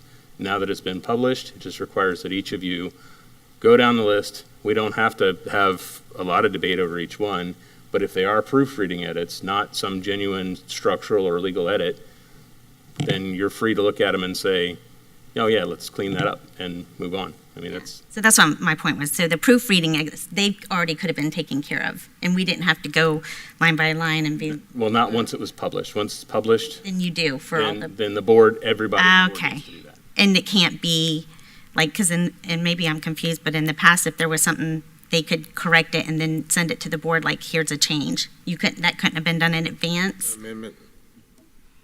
You see what I'm saying? Like, show it, and then when we vote, we would know it. Or did we actually have to bring it up here and discuss and talk about, we need a capital S? You see what I'm saying? So my question is could that have been done prior, and then it was updated, and then an email be sent to the board members, here's some edits, not talking about structural change or anything, I'm just talking about proofreading. Could that have been done beforehand, and then we could see it and then address that? Wouldn't have it had to been 7 days, I think? Once it's posted, any edits the board would have to be informed entirely. I mean, and And it has to be done in this forum. It can't be through an email. That's what I'm wondering. whenever we're sending things to all board members that involve each board member to look at it, that would be something I'd be more comfortable with, and I believe the superintendent would be more comfortable with. I don't want to speak for her. If we had, we can brief each individual board member on, what potential edits are, but you can run into a issue of dueling edits, where one board member feels this needs to be edited and another board member feels something different needs to be edited. And so who creates the proofread document? That's the issue. Is I don't want you to remove a word and then him say, okay, for my time, I want to insert that word back in. Yeah, I'm not talking about words. I'm talking about, because earlier it was discussed, and I know we keep talking about a capital S, when we had to hear about the capital S's. And I know we did that with Neola, so that's why I'm just kind of curious. I don't know. I say we just move on, and we'll fix this now. But I would hope in the future that this doesn't happen to future Yes, ma'am. boards. And my suggestion would be that the next time we address this, if we do a mid-year update or next year, would be that we have an advanced work session with the draft language there and do it like I did it with Neola, so that we are able to get into the language specifically within a time frame prior to advertisement, so that we don't run into those problems. But everybody's been putting a lot of work in this document, so. Yes, thank you, Chair. Yes, and Ms. King, I love the fact that you're bringing these up because of Sunshine, and we do have to discuss things, in this format. And it is the messiness of business and like that. So I see clearly what you're articulating, and I just think it's a good thing. Go ahead and bring it up. I'll use myself as an example. I am a fountain of suggestions. I can go with these suggestions, and then they sort of fall into a well and never to come back out. And so that's correct. That's the right way, because that's just me with no power as a single board member. And what Powers indicated was dueling of board members even wouldn't know what the other one was doing because of the Sunshine Law. So I have some enormous things that I want to bring forward, but the sequence and the propriety of integrity of the board making these decisions in the public is huge, and I think that's what you're addressing. It seems trivial, but it's a big deal because it finally comes down to board policy. And so that I understand exactly where you are. I sympathize with it, and it is clumsy, and I couldn't agree more. But it'd get a whole lot clumsier. Most of my items are going to have to be addressed at a later date, at a workshop, later date, revising the code, how it's implemented. So that's where I'll be when I make my statements. So, Well, it's thank just you. my concern that, like you said, we're on the 11th hour and here we are looking at this, and it's just concerning. So I say we'll go through each step then, and Most of them will be really fast. where are we at? No, Next don't go one. fast. Take your time, because this needs to be done correctly, because we have students that will be in our schools tomorrow morning, and your code of student conduct is extremely important, because that will set the tone for the rest of the year. That's correct. So if we have to be here till 7 o'clock tomorrow morning to make sure we're doing this right, then we will do it right, now that I have clarification, and here we go. So page 15 of the document, which is 16 in the PDF. Under number 9, this is the one that I was just referencing. It's almost the last line. You'll see in a bracket. It says SBP. I would like to actually spell out school board policy. Under number 9, just before number 10, it says SBP. Right before 5,500. Yes, 5,500 is the school board policy number, but if you don't know what SBP means, you don't know what that purpose is. So are we okay with spelling out school board policy? Yes. Yes. Okay. So next on the next page, which is 17 in the PDF, 16 in the document itself, this will be under the section Safety and Security. So in the first paragraph, it references Student Conduct and Discipline Code. That's not what this document is called any longer. It's now called the Code of Student Conduct. So that's a title change. It's the same document, but it's no longer called that, the Student Conduct and Discipline Code. So both of the references in this section reference the Student Conduct and Discipline Code that should be changed to the Code of Student Conduct. We okay with that? Yep. Additionally, I'm just double checking here what I had asked in the third paragraph to add the words Skyward Parent Portal Access. And the reason is, if you read the last sentence of that third paragraph, still in Safety and Security, it says each student, his or her parent, to report changes in enrollment or emergency card information to the school. We no longer keep physical cards, to my knowledge. We utilize Skyward Family Access for all of those changes. Skyward Parent Portal Access. And Dr. Livingood had phrased it a little differently. So this is the third paragraph under that Safety and Security, where it says, in order for the school board to implement its responsibilities fully, it's important that enrollment and emergency information be kept up to date at each student's school through Skyward Parent Portal Access. And then it is the responsibility of each student and his or her parent to report changes in enrollment or emergency information to the school. Would be how that would be changed, just because that's not how we do it any longer. With actually cards. There was a day we all got big folders that we had to send all this paperwork back, and that's not how things happen that much anymore. So are you guys okay with that? Okay. Yes. Okay. Continue, please. Okay. Let's see. The next one is. So, for the record, Yes. everywhere it says student conduct and discipline code is going to be changed. I'm just putting Yes. it on the record. To Code So, of Student. Ms. Livingood, wherever that's at, we need to change the code of student Yes, sir. conduct so that we can expedite this. So the next section is, just referencing back and forth, let me see really quick, page 18 of the document, or excuse me, 19 of the PDF, 18. It's where it's dealing with the child study team.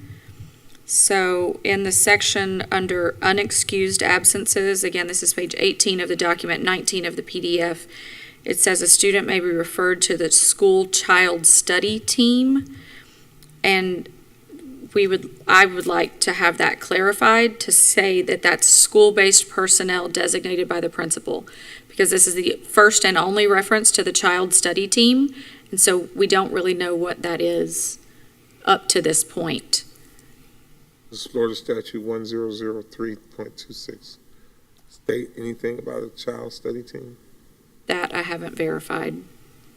And I ask that because it looks like it's attached to that statute. Right.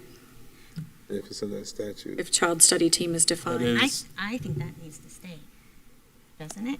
1003.26, Florida statute is enforcement of school attendance, and it does refer to the child study team. Does it define them? Say who they are at all? Section 1B, and the definition, let's see. Refer to the case to the school's child study team to determine if early patterns of truancy are developing. If the child study team finds out the pattern of non-attendance is developing, whether the absence are excused or not, a meeting with the parent shall be scheduled to identify potential remedies. So I'm looking at, there's a lot on the child study team. I don't know that there's a specific definition that I'm able to see right here. I'll go back to 1003.001, which would typically be the definition side of that statute. And perhaps if it's just straight from statute, it needs to stay what it is, but if I was a parent reading this, I would have no idea what that meant. Well, Dr. Livingood, would you like to explain, the child study team is usually probably the principal, the teacher, the guidance counselor, could be the dean. It's a team of people that support the student. And as that is, I guess, lingo or whatever we want to call it, and it is in the statute, that needs to stay there. Because if we just put a principal, No, I agree with child study team staying. I just wanted it further defined to say. It might be different for other schools. I say leave that alone, because the more you confine and everything, if a child studies team doesn't have a dean at that school, and because we listed dean, well, then a parent could challenge it. I don't know. I'm fine with that. I'm not going to pick over that one. Okay. The statute says that. Definition that would potentially be included is just school-based personnel designated by the principal. It may not No, that's not the child study It team. may not be a school-based personnel, because it may be someone that's a contracted person. Was the ESE. We have people that come in like the behavior specialist. Yeah. So I wouldn't want to. It could be, I don't think. I would rather leave it with the statute. Yeah, I'm seeing definitions there. I'm seeing definitions from federal and I'm not finding from state law that indicate a number of professionals involved as well as social workers. Correct. Okay, so we'll leave that one as is. That is. Okay. And the next one is page 23. Let's see. Which is page 24, referencing cyberbullying. Could we also include the word social media? So currently it says cyberbullying means bullying through the use of technology and or any electronic communication. I'm sorry. Okay. This is page 24 of the PDF, page 23 of the document. Under the section immediately following K, social exclusion, it begins cyberbullying. Okay.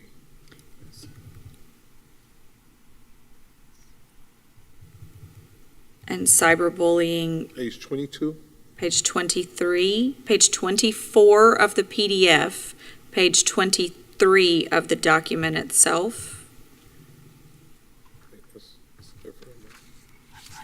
I see where it says cyberbullying means bullying through the use of technology and or electronic communications. And I was wondering if we could add including social media. Or if you believe that technology and electronic communication also, that students and families would understand that that would also include social media. It says internet communications, instant messages, facsimile communications, Much of web that is page or wide, weblog. right, but it doesn't say social media, which is different than all of those. Social media. This did come from our new board policy, so if we add anything, we would need to clarify, and it would be different than board policy. All right, moving on.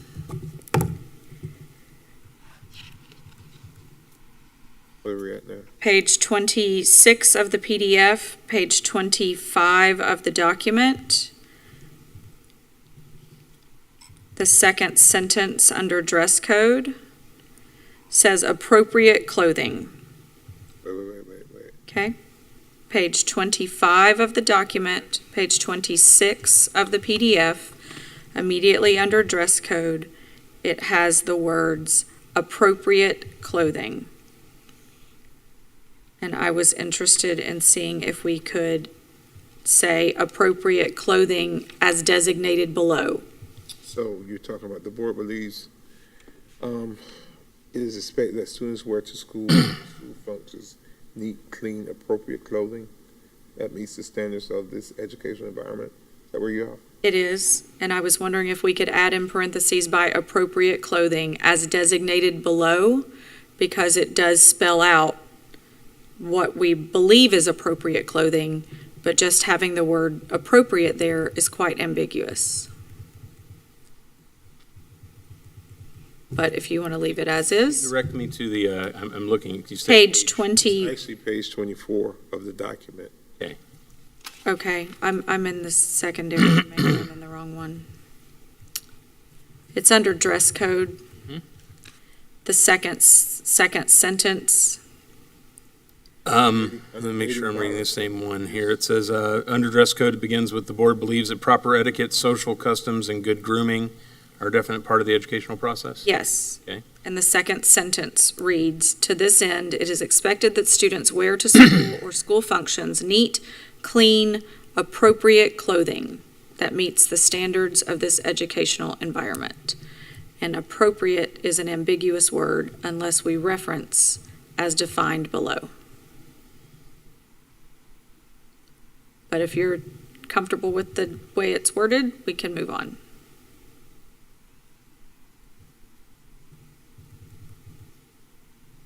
Well, we can put it in. We're here, might as well. I don't know what the other board members think. I mean, you feel we need You're to, saying that it's adding as defined below. In parentheses, after the words appropriate clothing. I'm fine with that. I just want to ensure that someone reading that they may have a definition of appropriate clothing that is different than what's defined below. So would that include functions, let's see, it's expected that students wear to school or school functions neat, comma, clean, comma, appropriate clothing to meet the standards of the educational environment, comma, as defined below? Or where do you want that as defined below to be? The parentheses would actually be immediately following appropriate clothing. Neat, clean, appropriate clothing, parenthetically or just with a? With parentheses, yes. So no commas, just parenthetically. Neat, Correct. comma, clean, comma, appropriate clothing, parentheses, as defined below, close parentheses, that meets the standards of this educational environment. Correct. Would you like defined or designated? I think a definition may be difficult for us to work through with this session. I know that from last year's discussion of Code of Student Conduct, that was a very, very, very large portion. And I don't want to alter the right, the committee is composed of the people who, this public and and the principals and Ms. Livingood, so they're able to determine what. I'm fine with as designated below without using the word definition. So let's not say definition, but just as designated below. Well, it is a list, so how about as listed below, There you go. That's fine. like a shopping list? Thank you. Okay, next are on page 26 of the document, at least my page 26, page 27 of the PDF, the section that says search of individual student and/or student locker or storage area vehicle. There's just this isn't changing content, it's just changing, this isn't changing structure, it's just changing, like italicizing in loco parentis, for example. Where you at? In the section, number 1, under search of individual student or student locker or storage area, the third line, italicizing in loco parentis, the Latin term. So this is on page 26 of the document, if you're still looking for it. Then under below number 4, the word contraband is used there, but it's not defined until the glossary. So if there's a way for us to actually say, this sentence that reads, if a principal designee has a reasonable suspicion to believe that a student is in possession of contraband, parentheses, as defined in the glossary below, close parentheses, he shall request the student submit to a search. This is the first reference to contraband, and without knowing I needed to turn to the glossary, I would not have known what the word contraband meant. Sounds reasonable. Do we have a glossary page? There is a glossary page. There is. But again, you're in the meat of the document, and the glossary is like at page 50. So if you don't know to look to glossary, you may not know what the word contraband even means. For further definition, do you want to say see glossary page 50? I'm fine with that, if we want to get. That may change, though. Every time it gets reformatted, though? Yeah. Right. We'll have They to change change the the page. True. Page Glossary numbers. below, maybe? Right, yeah, and, right, to see the gloss, and as defined in the glossary below or something. If you all are okay with that. Below 37 pages forward. Should we use a different phrase than below because it's not immediately below? It's at Just the as end? defined in the glossary, Sorry. and then they can go back to the table of contents and find the glossary and what page it's on. Thank you. The very next paragraph in this section, just to make it, okay, go ahead. How about per code of conduct glossary? And that way, they know this in the code of conduct. Okay, Chair Cummings, I couldn't hear you. Sorry, per code of conduct glossary. And it's there.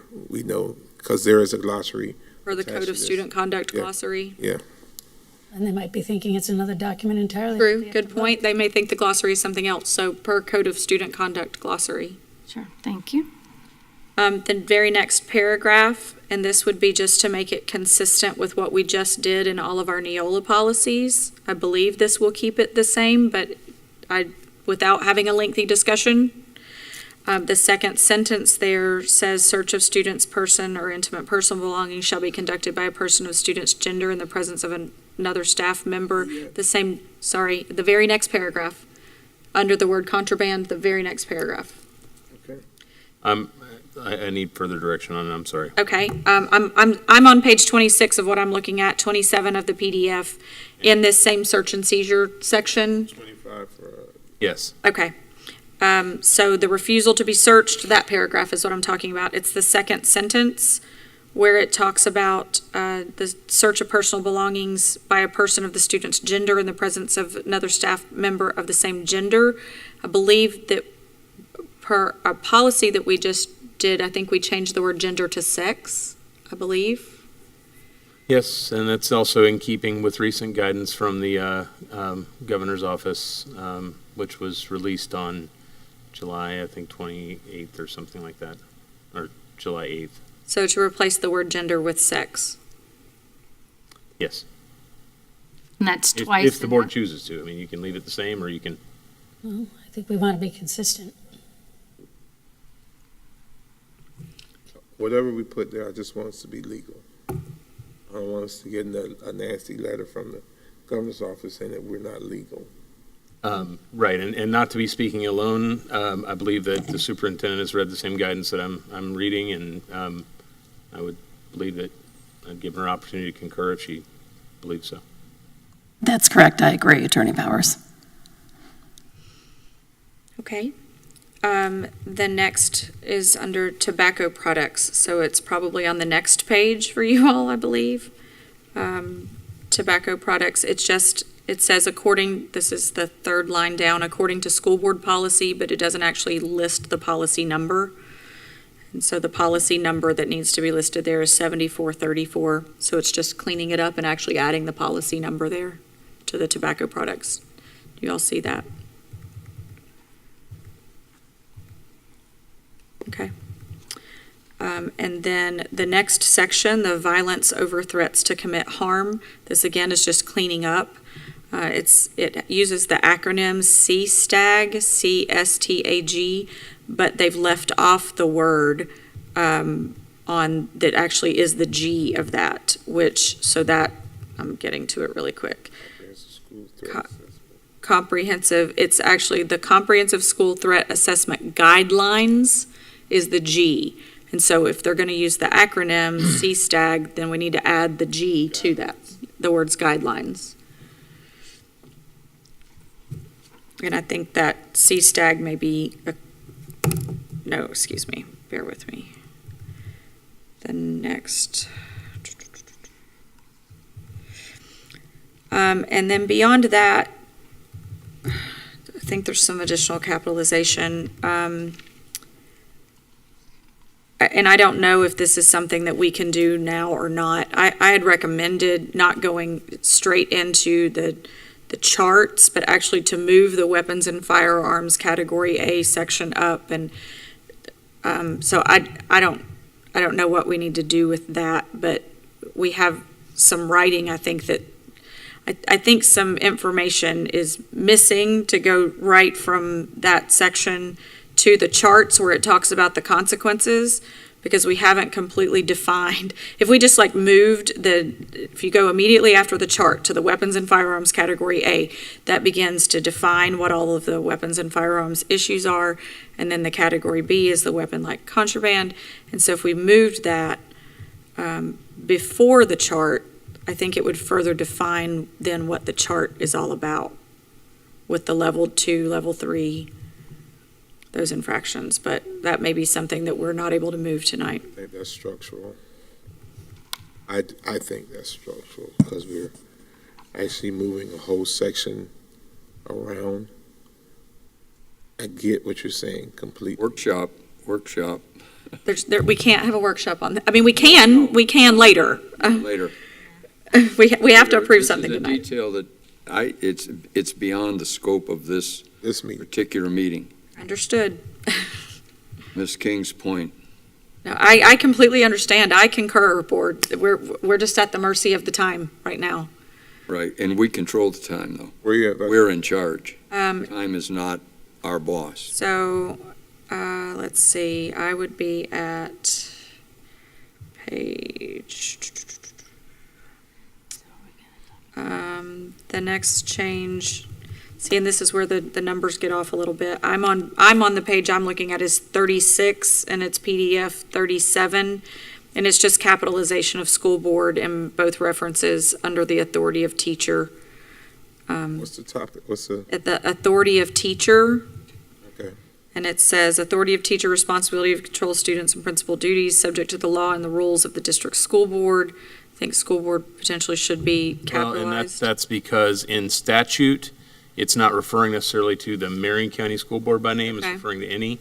Okay. And that references a statute, and in statute, typically, it is lowercased. Okay, then both of those under authority of teacher don't need to be capitalized as I'm double checking that now, but. No, that's fine. Otherwise. Because I was also going to recommend capitalizing superintendent in that same reference, but if that's statute, then we'll leave it. The suspension section. It's lowercase. Okay, all right, then we'll leave it. suspension section. So this is page 37, page 38 of the PDF, suspension from school. Let's see, I was just asking about if we were doing, because the way it reads right now, are you all on suspension for school? Midway through the paragraph, it talks about each suspension and the reasons shall be reported in writing within 24 hours of students' parents by United States mail.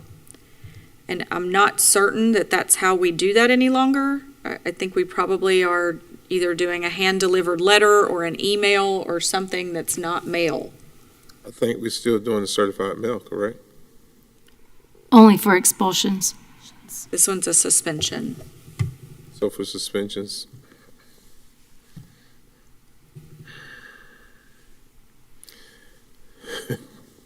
Yeah, I know I get heartburn with this kind of stuff, so. No, I understand. I just want to ensure that if there's no way we could guarantee that a parent's going to know something within 24 hours by United States mail. Well, we have alternate methods by which we send it, but statutorily under section 1006.09, which is referenced there, 1B says the principal or the principal's designee may suspend a student only in accordance with the rules of the district school board, and each suspension and reasons for the suspension shall be reported in writing within 24 hours to the student's parent by United States mail. So that's statute. Wow. So. All right. We need to be in compliance with statute. That's fine. We need to get statute, add that to the list of things we need to talk to our legislators about. That needs to be cleaned up a little bit. Unless they can guarantee that parent can get that notification in 24 hours by mail. Okay. Let's see. I think I'm about done, y'all. I think there's some underlines on, let me see if there's something before that. Bear with me real quick. 38. I think it's the next.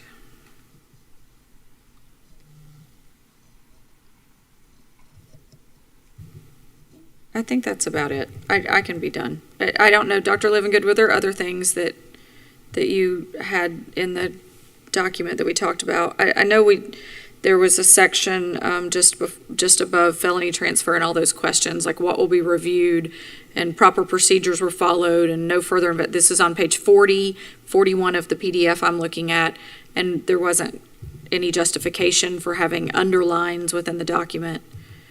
But Correct. so There's no need for those two underlined phrases. Can you point me to that? What will be reviewed under the Q&A right on before the felony transfer portion? What page is this? Page 40 of my document, 41 of the PDF. It's under the section of Felony transfer.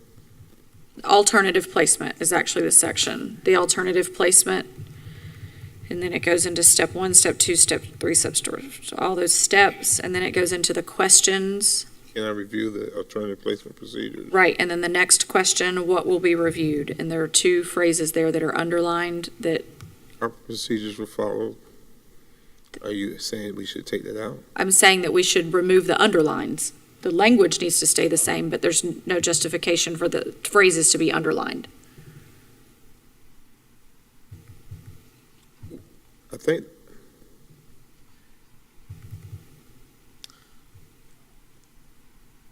And that's on page, I'm not seeing the same thing you are. It's just above the section that's felony transfer and in the section of alternative placement. In the section of alternative. So it's page, in my PDF I'm looking at is page 40 of the document, page 41 of the PDF. I think those are underlined to emphasize the fact that those are the only two things that will be reviewed. Is that how you read it, Ms. Livingood? Is that the purpose for it? We could remove the underline. There's so many other parts we could emphasize throughout the document. I don't want to mislead that. Those are the most important parts. Those are the most important parts that are reviewed? But those aren't the only. Because when I read that question, it says this review only concerns whether or not The proper procedures were followed in making the final decision to suspend, alternate, or place you, and there will be no further investigation or interviews with witnesses about the incident, although these records will be reviewed.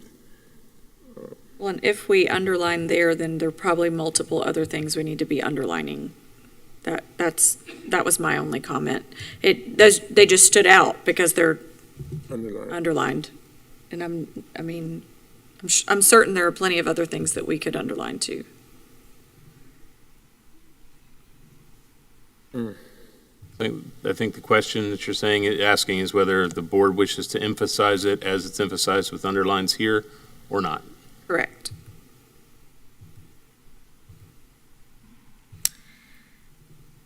What do you think, Dr. Livingood? I think I heard you say that there's probably lots of places where things could be underlined, maybe everything. Yes. It's all important. So why are these two particular items being underlined in lieu of any others? And I'm thinking, personally, Dr. Livingood and the board, I'm thinking they were underlined because they set some type of precedence in the past where someone contested this. And that's what I'm thinking, why they are underlined. I could be wrong, but they're underlined for a reason. And I can speak to that. I just recently had an attorney contact me regarding one of these, and that was especially what I pointed out to him was from the Code of Student Conduct that a suspension review is different than an expulsion review, and it's right there in the code.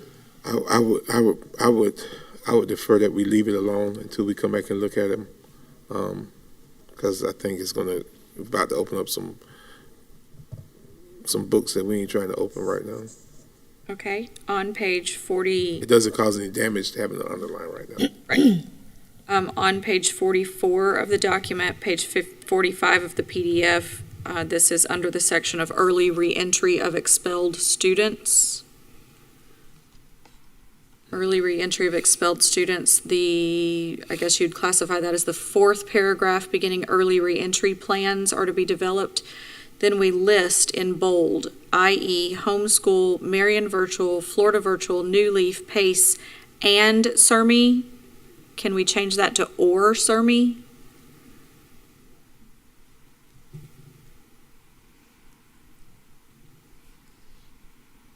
Or because it's giving the IE, should it stay and? And or would have no legal effect that I can see there. So it would be a matter of preference for the board. Then I say leave it. If there's not a legal, then let's leave it. Yeah. All right. I agree. I believe the only other changes are actually title specific on page. Let me see if this is something that got changed.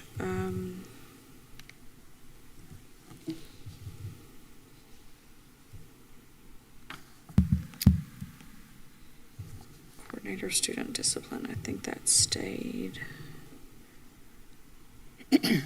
This actually is kind of a legal question, Attorney Powers. I think the way it's written may not be correct right now.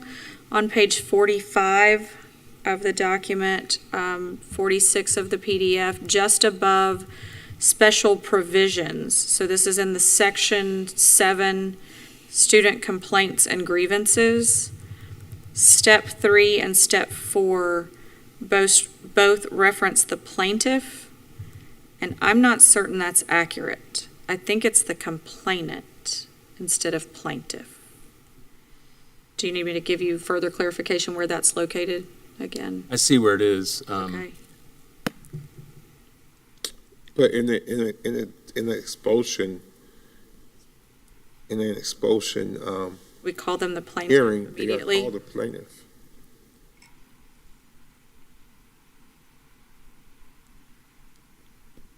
Okay. The person that's appealing the decision is called the plaintiff, correct? Yeah, I believe that for clarity, well, I don't know how clear it is, but I believe that for purpose of correctness under procedure, it probably is plaintiff, though I don't know that it has the same plain language feel to it as, but it makes it clear that in this case, the I mean, the plaintiff, and there is a plaintiff and a defendant, even though it's not a criminal proceeding. And that's, I mean, even civil proceedings have that. So this is a administrative proceeding, and DOA would probably refer to them with those terms. Okay. I can be done unless Dr. Livingood had anything else. I think there was something that you got today that was, is that what you were saying, that there was, did we clean that up already? No, we do need to make a change, but it will be a structural change after looking deeper at some of our actual incident codes that had to do with reporting to our state. We identified one of our definitions is attached, and it shouldn't be attached to a high-level assessor report. And so we were going to recommend, if it was possible today, which we now know it will not be, to add in an incident code. It's called physical attack, instead of having one of our battery charges, because it just simply is inaccurate. So we will quickly move forward and have a conversation and add that to a work session so we can have that conversation. That's all for me. I'm a little puzzled. You said this is a code that came from the state? So we have our own Marion County reports, incident numbers, and then certain incidents are reported to the state based on the requirements that the state has. And it came to light last week, that one of our definitions was automatically attached to a high-level assessor report code, and we want to make that correction because what was reported is not what's happening on the day-to-day basis that was being reported. So we want to, we're correcting that on our end in our own database, but we wanted to publicly add that new code into our code of conduct, so the definition was reflective in our code of conduct. And you're saying that we can't do that until we do the amendment? It would be a structural change unless you want to have that conversation. So my question, Dr. Livingood, would be what happens if that offense is committed on tomorrow? We won't use that. We have other codes we can use, and we can add that and have the appropriate time to have this conversation, and I can provide all of you with the facts and the numbers and the reason it's a priority. We just simply won't use that in the meantime. Will we be out of compliance with the state since this came to? No, sir. No, sir. Then is it something we can address while we're here, or do you need more time to? No, we don't. We're prepared. Actually, I have Dr. John Pope. He's our coordinator of student discipline. He spent all week working on this task. So he is prepared to speak if you're willing to take the time. I think it's wise because we're here, and then tomorrow, like we said, day one, hopefully we'll have it. And then we don't have to backtrack and try to amend or fix anything. Good evening, thank you. So in 95, 96, schools districts began reporting to the School Environmental Safety Incident Report, which when you hear us referring to CESR, that's that acronym.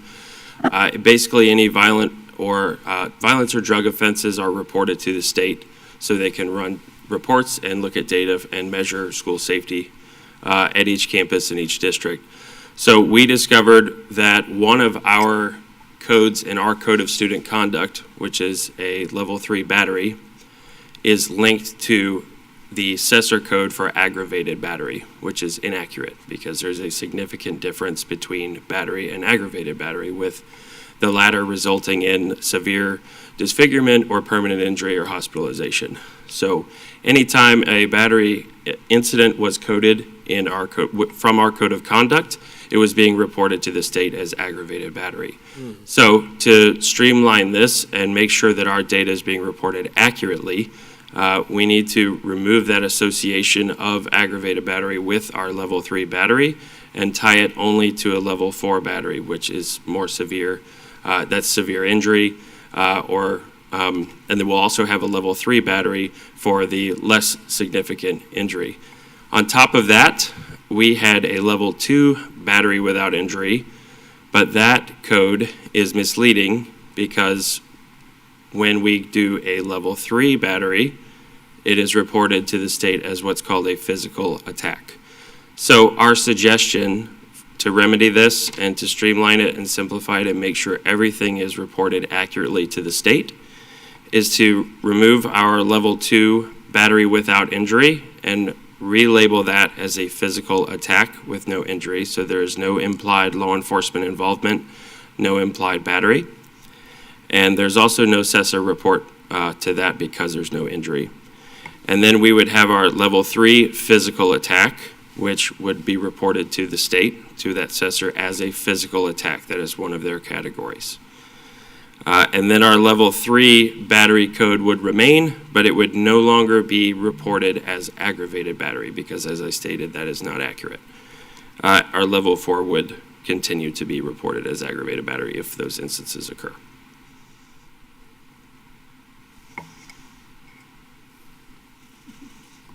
Workshop. Well, actually, the point is that this is something that needs to be fixed now, because if it happens, they're going to be penalized inappropriately. Am I hearing that? Is this what you guys hearing? I don't believe that's the case from what I'm hearing. What I'm hearing is that we don't exist in a vacuum. We have our code, our level 3, and please feel free to correct me. This is just my understanding from what you're just saying here. We have our reporting. We call something a code B4, whatever it might be, a code C2. And the state, when looking at its codes, happens to call one of its codes the same thing we call one of our codes, which both have to do with battery. However, what we're calling a C2, if they look at it and say it's a C2 and whatever it might be, then they're going to inaccurately have, it's not going to affect the student one way or the other, but it's going to affect what things we're reporting to the state and giving them inaccurate data. Well, it would. Is that correct? Wouldn't it still affect the student's record? Because on the state level, they're going to be reported as an aggravated battery when it should have been a battery. I think that's anonymized data, but I'll ask for them to. That's correct. No, it would not affect the student because we're just ensuring it's not going to affect the student's record. No, sir, because it wouldn't be reported as aggravated battery once we disconnect those two items. If I may, Chair, there's some context to this, so thank you both for sharing. Last week, I was reviewing the Marjorie Stoneman Douglas Safety Commission, which is how this came about.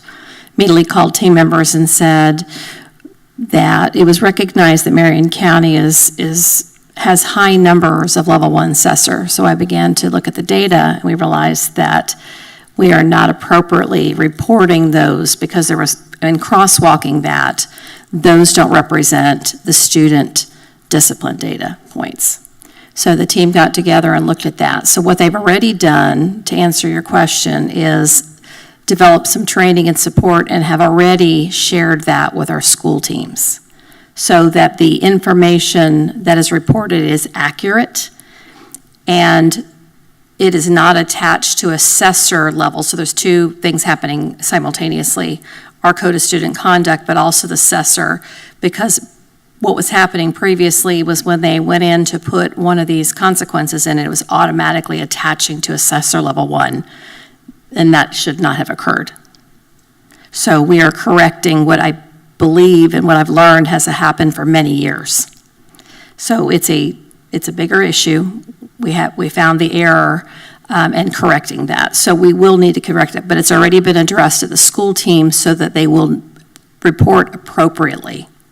So this is one of those really great things that came out in the commission reports, because across the state, there are wide variations in reports from district to district. And that was the whole background and conversation that the commission was having, which I think is very appropriate. And in our situation, we were over-reporting, and they were not accurately representing what our student occurrences were. So training has already, you had two sessions already, correct me if I'm wrong. Yes, ma'am. One for elementary, one for secondary. So the training's already underway. They've already communicated that so that we are reporting correctly. And so when the board is ready to do this and move forward to do a review, however you should advise Attorney Powers, we'll do that, but we've already addressed that with the school teams for accuracy. My input is it needs to be correct, it needs to be accurate, and we only should be reporting what we're being asked to report. You know, people can say all day long, oh, nobody else will see it, but I don't know. Again, we have to be transparent, we have to send them what we're required to send, and that should be accurate. That's where I am with this. I'm completely in agreement with Ms. Thrower's indication there, and that would be my advice: fix it sooner rather than later. Yeah. If for the purposes of the Code of Student Conduct, which we're here for tonight, you have a ready fix to be able to insert in, and that's going to be satisfactory, there is no duty that we would have whatsoever to keep an error in. Right. Once we've identified it as an error, just because. Right there, you just said it. If it's an error that we know and we can fix it, let's fix it right now, because I don't want us to be reporting inaccurate information to the state. So if you have the fix, let's fix it. But we're not opening up the whole document to this. That's my concern. Open up the whole document, because you start dealing with one, then somebody else brings something else. If this is an error that we know, let's fix this error, because we can't put that document out there right now. And we're prepared. The team is prepared to make that change if the board is ready to do that. So you have it? Yes, sir. Yes, I do. So our suggestion, our proposal would be to add an infraction code under level 3 named physical attack. So our definition of level 3 physical attack. Where would that be at? On what page? Sir? Where would that be in the document? It would be in the glossary, and then in our charts. It has not been added yet to the versions that you have. But our definition for level 3 physical attack comes directly from how it is defined by Cesar with the Florida Department of Education. And it reads, an actual and intentional striking of another person against his or her will, or the intentional causing of bodily harm to an individual with less serious injury.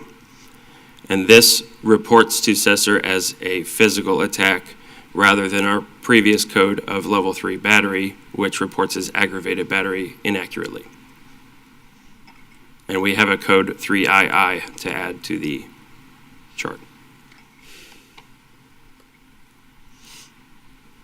So basically, the motion would have to be amended, changed. All of the changes we've discussed tonight, even the editing, proofreading, would be something that, as a whole, the board would accept the amendments discussed into. And necessary corrections. And the corrections as discussed here before the board. Okay. Is there anything else? Is there anything else, Ms. Campbell? Is there anything else, Dr. Livingood? No, sir. So then we need a motion to adopt the 2022-2023 code.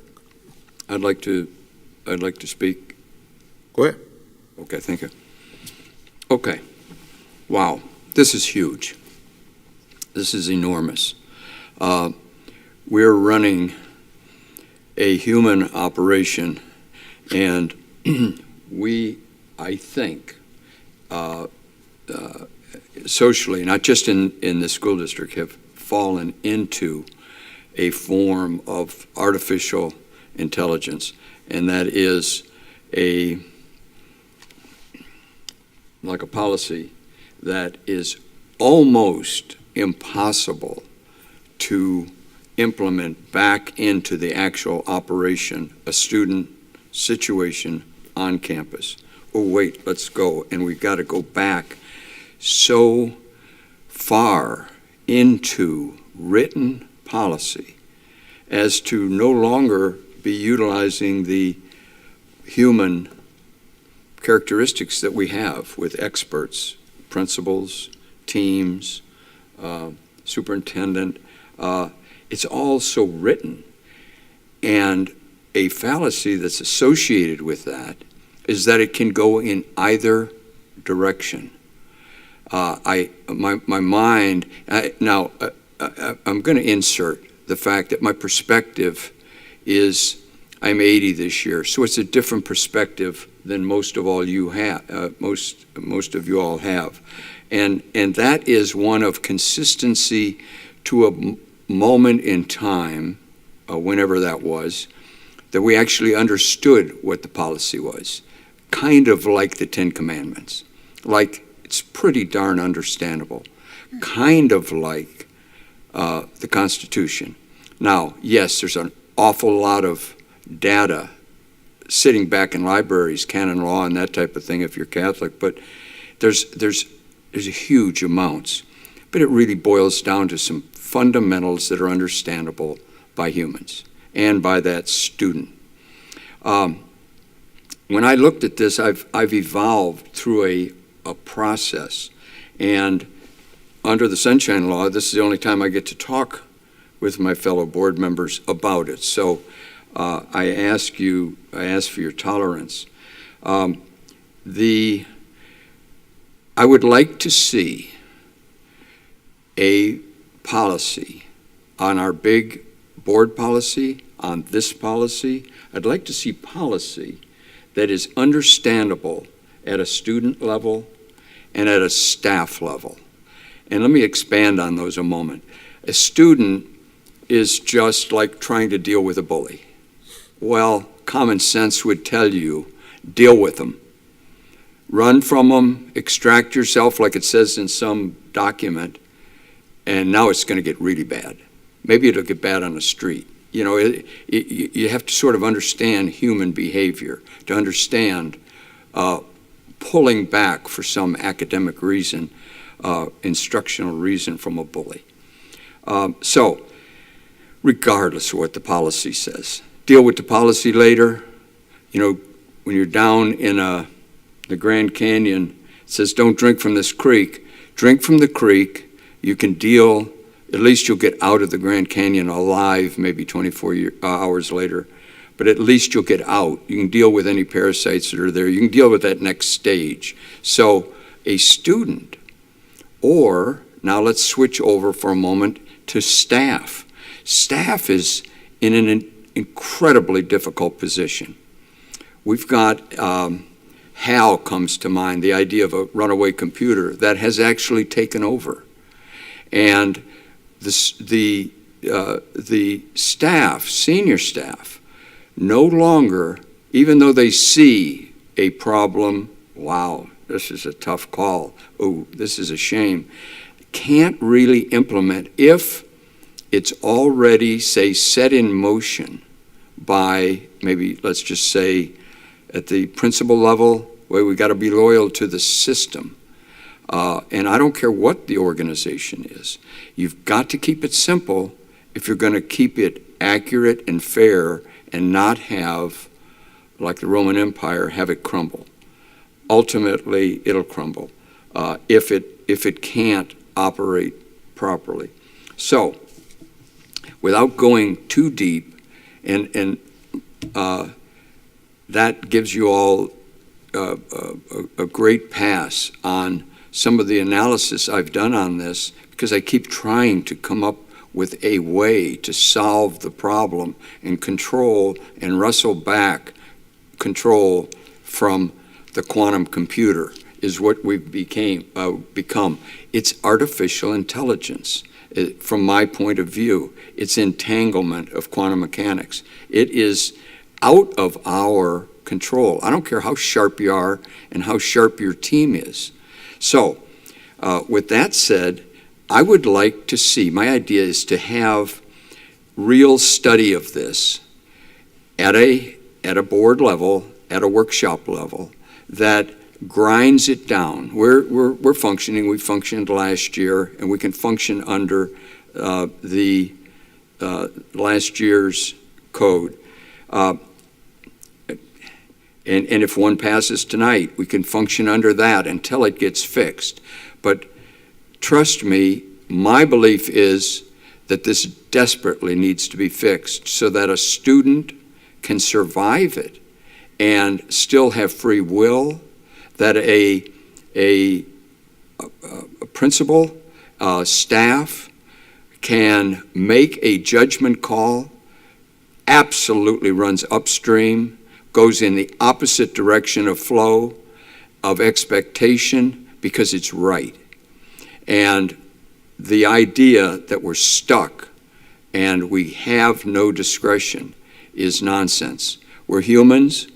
We are a board. We are an organization. It started with a one-room schoolhouse. And it can go back to the point where humans can understand it and where you do not have to make a horrible decision and let a bully prevail so that you don't get in trouble and still can get into Princeton, for example. You don't get written up as there is no discretion here. So I'm really, really against this philosophically. Not that we don't need a code. We need a code of conduct. But it needs to be so simple, and it needs to be not trying to identify everything. That's why we have a team. That's why we have a superintendent. That's why we have a board. That's why we have principals, for example, and all of the staff. And so then a student is not guilty. A student stands innocent, is a treasure, and is to be protected by the system and not have the system be written so that it covers every possible detail, down to the molecular level on what a plant like cannabis might be from somebody's purse you borrowed or whatever. We're down to such nitty-gritty that we've lost control, in my opinion. So I'm not in favor of this level, and I think that's why I'm on this board, so that I can push in a direction that doesn't have to be followed, but at least it can have the influence, the superintendent, the other board members, and this is the only time I get to talk with my fellow board members. And I want to hear from them too on the subject.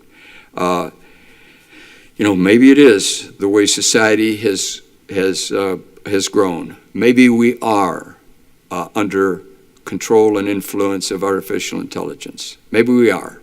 And maybe we just got to go run to the book rather than use our brain. I don't think so.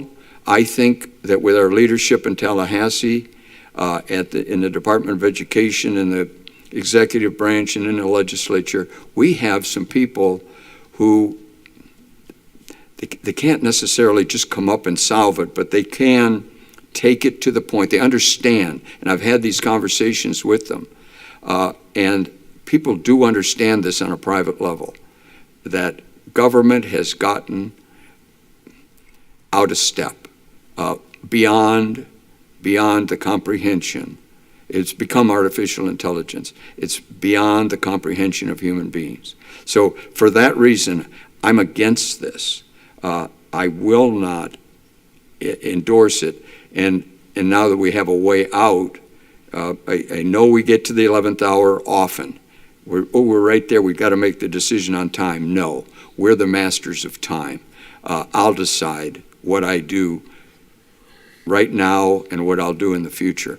I'll decide that. Time does not make my decision unless it's we're fishing with hand grenades and the pin's been pulled. Then I'll tell you exactly what you need to do with that hand grenade. I'm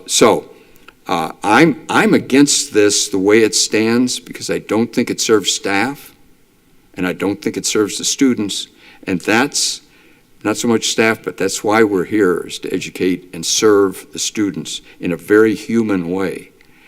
So that's where I am. Maybe we can jump all this written material and go into something that's different than that, something I just don't even understand over in maybe the standard model of physics, and we can get into it and some fundamentals. But at this point, this is a nightmare to me, to a student or to a principal. I would hate to try to implement or to have your job, Ms. Livingood. Wow. It's like, oh my gosh, this might be too much. This might be an airplane that you can't truly fly. It'll fly you.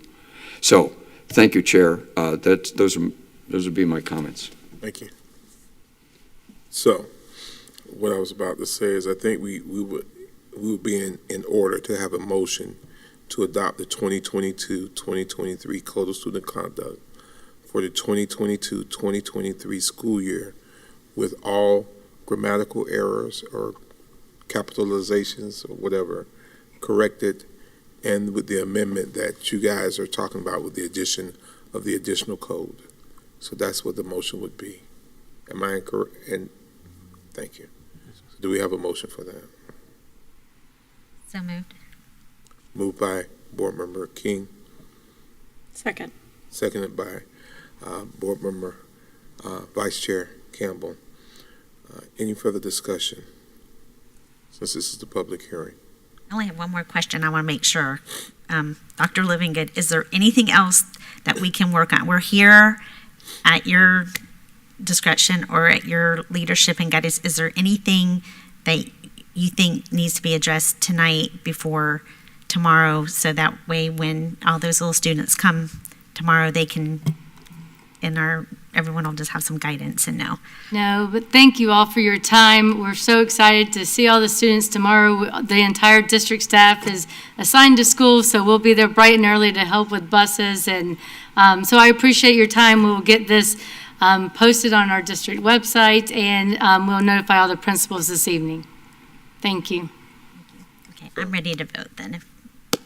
All in favor signify by aye. Aye. Aye. Opposed have the same sign. No. Passes 4-1. Thank you. Thank you. May I have a motion? Sure, I need a moment. I'm sorry? I need a moment. We need a public Break. comment too. I need a moment, a break. Meeting is going to be recessed for 7 minutes. You know, have ask for public comment first. Is there any public comment in regards to the Code of Student Conduct? There being none, we'll recess it's 7:43. We'll be back at 7:50. Don, you're wrapped. Stand by. Casey, thank you. Lord have mercy. Thank you, Chair. Yes, sir.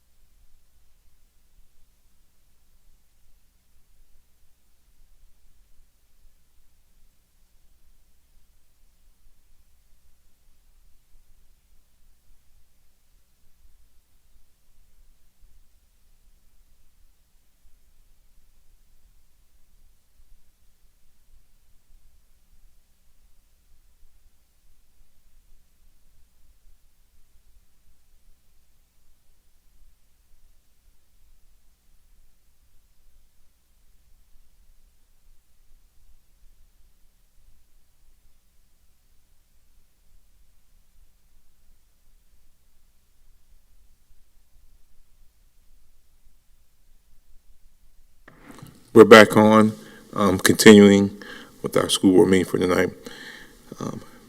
May I have a motion to approve consent agenda items C8.1 through C14.2 with the exception of items D15.1, D16.1, and D16.2 that have been placed under discussion, and items C10.1, C11.2, C11.3, and C14.2 that have been pulled for discussion. May I have a motion? So moved. Moved by Board Member Browning. Seconded by Board Member Thrower. All in favor signify by aye. Aye. Opposed have the same sign. Passed unanimously. We have a discussion, Attorney. May I have a motion to approve Resolution 22-03, Amendment of School Board Policy 3120.04, Employment of Substitutes, Replacement, and Part-Time Instructional Staff. Have a motion. Motion to approve. Second. Any discussion? Attorney Powers, is this something that we want to talk about? It is. I'll just let you and the audience know that this was, as per the board's guidance and consensus that was given last week, we did draft a resolution. It's going to be resolution number 22-03 that authorizes the district to employ substitute teachers at the age 18, which is required by Florida statute.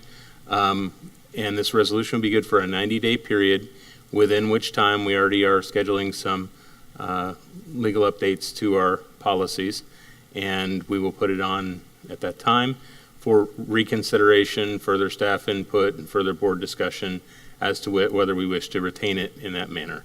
So the emergency resolution on 2203 does indicate that the language, and is attached as Exhibit A, was our current policy, and you can see that in blue on the page 4, it indicates the underlined insertions and the struck through deletions with paragraphs 3 and 4. 4 was just deleted altogether because to make sense of it, it just needed one section that had the age requirement, rather than parsing it into before we had 2 at 20 and 22. So I believe that this accurately reflects the intention that was discussed here last week, and if it does, then you may proceed forward. And if not, if you wish to further modify or anything, then we would need to do that later. Thank you, Attorney. So for the record, line 3 currently has been changed to read, be a minimum of 18 years of age, and everything else has been struck through. So, Board. Sure. Mr. Brown, go ahead. Yes. This is, I know it's time important, and I just concur. In the military, your 19-year-old drill instructor or firearms instructor, or any level of instruction, 19, 20, 21, 18, very easily can operate and does. And I think we're privileged. I'll have some other comments later on another subject on this, but absolutely, age, this is appropriate. Are you ready to vote? I would also like to add the purpose that it was brought up last week, and the reason why I am voting this week is because I have full confidence in the former students or our substitute teachers that have worked diligently and so hard, and as was mentioned, the work ethic to get their degrees, and then they showed interest in the schools. As a voting board member, I would never vote on anyone being in front of our students just to have a body there, but only because they are fully competent and worked hard to be there and want to be there. So I just felt like I needed to clear that this evening. It's not just to have a person in front of our students, is to have qualified substitutes in front of our students. So with that being said, I am ready to vote. Mr. Storr? Yes, and I'll just quickly share that oftentimes through a crisis situation or an urgent situation, better governance comes from that. And that's certainly my intention with voting yes on this tonight.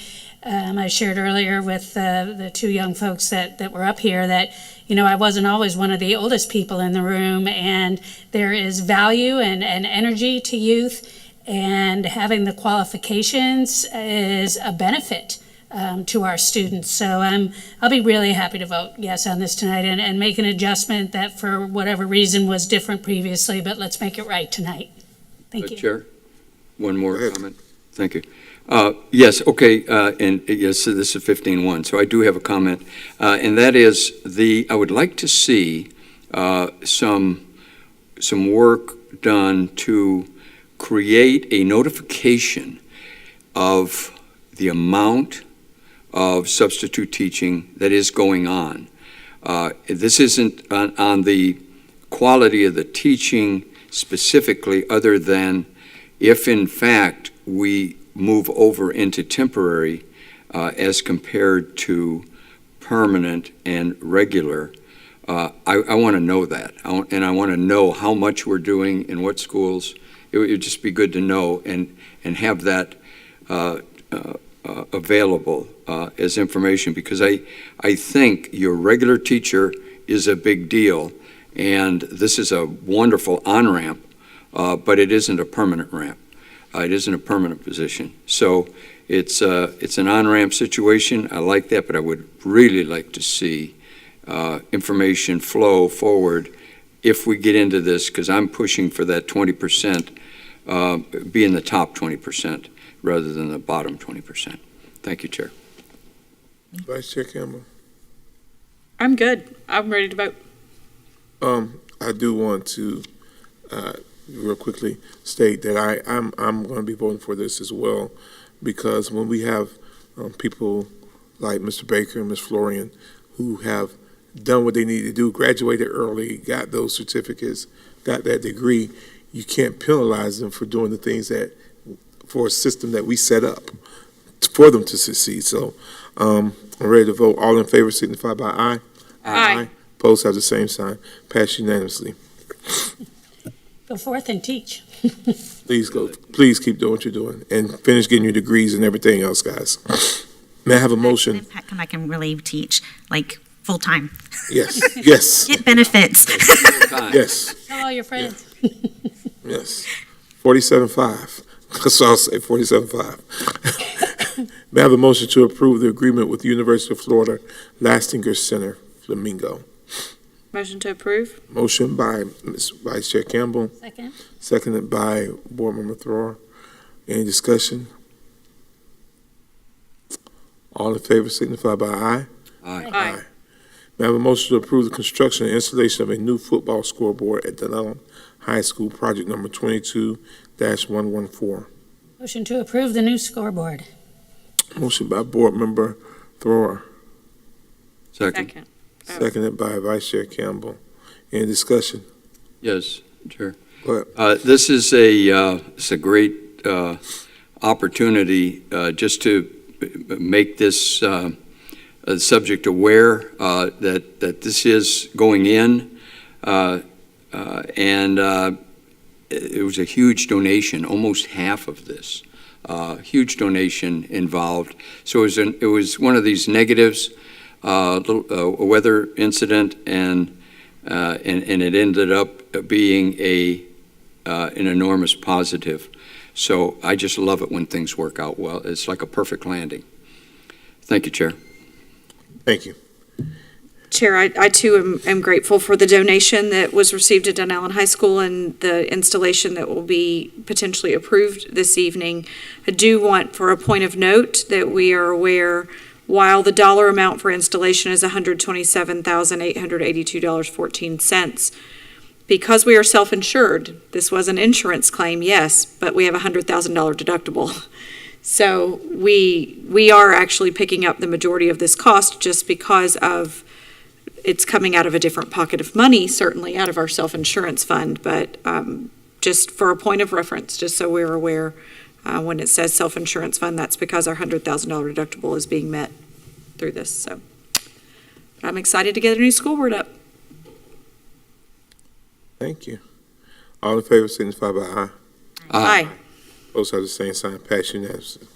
We have a motion to approve the disposition of tangible property. Motion to approve. Motion by Board Member Thrower, Second. seconded by Vice Chair Campbell. Mr. Brown, you pull C 10.1 for discussion. Yes, sir. Thank you, Chair. Yes, I did. And this is a $1 million item. Now, I think it does merit, sometimes there is a misunderstanding on items of pretty high dollar amount. And that is what this board member terms the government limit. And the government limit was established by our wonderful, put that in quotes, our wonderful press, but they're great. And they went around and they looked at the many items that go into a consent agenda, and we had a lot of debate on the subject, and they looked at all of the local governments. And the local governments had a consistent limit of $100,000. Happened to have been a little high for me, but it was a limit nonetheless that they handled. So it's a common sense, excessive common sense limit, but a limit nonetheless, in that any time $100,000 passes hands, revenue or expense, it needs to be checked on the train, checked for a ticket, discussed, whatever it is you want to say, because I've sometimes they're just 100,000, sometimes they're just $1 million, sometimes just 10 million, but once, just in the last year, it was 125,000 plus amount. So that exceeds the common sense government limit, and it's my government limit and the Gazette and the Star Banner. So I just mentioned that. The idea of this has really got to get dug into now. We're talking about asking the county property owners and the renters, and we've got to remember it's the renters who end up paying probably 50%. It's not a verified number, but about half of property is rented, and those folks are challenged to start with on funds. And so when we increase that, it's a big deal, and it really has to make sense. So when we look at these funds, like $1 million, a used market is a very real market. That's a real market. It's an area that I've worked in, that I've been involved with multimillionaires in, and that is the used market is nothing to be scoffed at. Categories, condition, amount. I'd like to see reports on this. The numbers are so large that I think the community and the board would be amazed at what we could do to this, starting out from scratch, like right now, if we wanted to set a benchmark. And then when we last disposed of something, what improvements have we made since then in our business to dispose of these items? Yes, they're not our items, our valued item anymore, but it's time to move on, and it's time to fit it as a sale. Is it junk? Is it a donation? If so, who to? That type of thing. So every $1 million that pops up is a big deal to me. While I'm in favor of moving it through, I'm in favor of doing it at the highest possible level because our budget is, they're talking about going up 20% on our budget. I want to see this then go up more than that if we're going to start spending money at that level. So those are my reasons for pulling this, and any ideas you have, and information you might want to learn or know, let me know, because this is something that it's like a freebie. It's a source of revenue that we're not tapping. Thank you. A question. Go ahead, Board Member Thor. Thank you, because this continues to come up, and certainly this board member is not scoffing at figuring out ways to make money. And secondarily, there are plenty of people that rent because they want to. You know, they don't want to have the responsibility of home ownership for as many reasons as we have individuals. But that being said, I read through each time and it says the disposal of this property will be done in the most cost-effective manner. Sale, scrap, donate, or cannibalize within 30 days from the board action date. So I guess my question, Board Member Browning, is, what are we missing? What are you proposing? What aren't we doing with things from 1996 or 1998 that are obsolete, certainly for their function, when we've been sailing, scrapping, donating, or cannibalizing? What's left? What are we missing? Great question, and let me answer it this way. If a few years down the road, someone asked, well, I know this company, Browning and Thrower, recycled school property. Wow, how did you come up with that idea? What happened? And the idea, I think we looked at $12,000. It wasn't even enough to count. And you or I might say, oh yeah, well, we weren't on the board. We just noticed there was an enormous amount of goods that went out, used goods, scrapped goods, and they weren't even being detailed. It wasn't even being like, it was like we own a company without any detailing on the P&L. Wow, how in the world do you function? And these are big dollars. So that's my point. They're big dollars. If I can take and double a used product by just encouraging staff, for example, to develop a system, we would be the cat's meow. We could take $1 million item and double it, easy. And then we could reward these people with our thank yous, and we do a lot of thanking staff. Well, staff could easily nail this one down if they knew that the board supported doubling or tripling the value of this. That's where I'm going. It's an opportunity to make money, and it's just that simple. Yeah, so I guess where I'm going is I don't understand why anyone sitting on this board would think that our staff would be confused, that wouldn't be what we would be looking for. We have these gigantic lists of obsolete items. If there's a way to make money off of them outside of what we're already doing, I want specifics.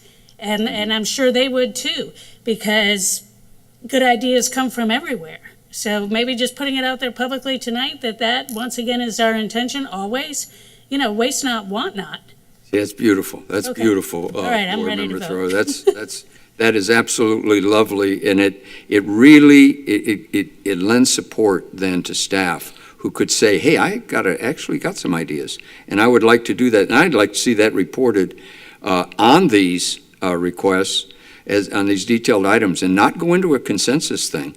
These are $700,000, or what was it, $1 million? $1 million. I would, wow, all of a sudden, this might be the most fun part of a board meeting. What are they coming up with this time? Oh, wow. And here's what they did in 2021 or through 2019. But you know what? We rethought it. We redid it. Now we're doing let's just say, eBay auctions. And, it's suddenly become one of our most lucrative areas. And we're very excited about it, and we'd like to tell you about it. And boom, like it's on the report. Then all of a sudden, we're talking every million, it might be 300,000 it was made. So that's the kind of hope reigns eternal, and that's what I'm looking for. Are we ready to vote? All in favor signify by aye. Aye. Opposed have the same sign, passed unanimously. May I have a motion to approve renew bid 3881AH, new and used books, educational materials, and other related materials, term contract? Motion to approve. Motion by Board Member Thor, seconded by Board Member King. Mr. Browning, pull 11.2. Yes, thank you, Chair. And the idea here is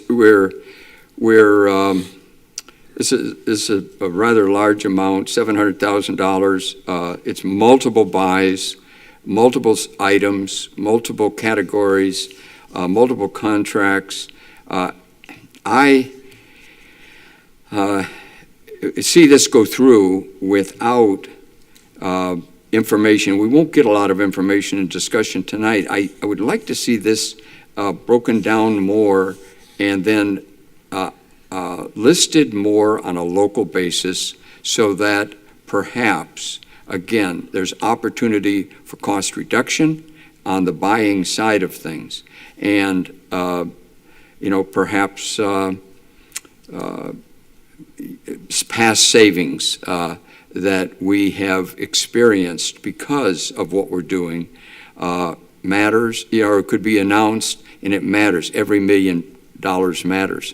And so I can't abide $720,000 being spent going into our government limit that I just explained is, whoa, that's just way too much money. So it needs to come out. I'd like to see more budget type material for these items, broken down, categorized, little successes that got brought in. This item used to be in here. It's no longer. We're actually at a 50% level in terms of the money we're saving. So that's my interest. This is a business, and we spend a lot of money. We're narrowing in on $1 billion. So almost anything you do, you're going to make money. So it's pretty exciting to me. Thank you. Any other comments? Ready to vote? All in favor signify by aye. Aye. Opposed have the same sign. May I have a motion to approve utilization of Clay County School District bid 22-F2-236 for ramp systems and stair systems? Motion to approve. Motion by Board Member King, seconded by Vice Chair Campbell. Mr. Brown, you pull this for discussion as well. Yes. While it's only $75,000, I say only, wow, tongue in cheek. It's a lot of money. It's an important contract. I would like to see it at least brought forward anytime we're spending that kind of money outside for this kind of service, outside of the county. I just like it to be acknowledged. That's money that ought to be spent local first. It ought to be right here. We do have folks that can address this. Maybe they don't want to, and if they don't want to, fine. I get it. But it's kind of exciting to me that every nickel matters. I like to drive it, discover Marion County, buy in Marion County, operate in Marion County. I'm in Marion County. It's my baby. That's all. Thank you, Chair.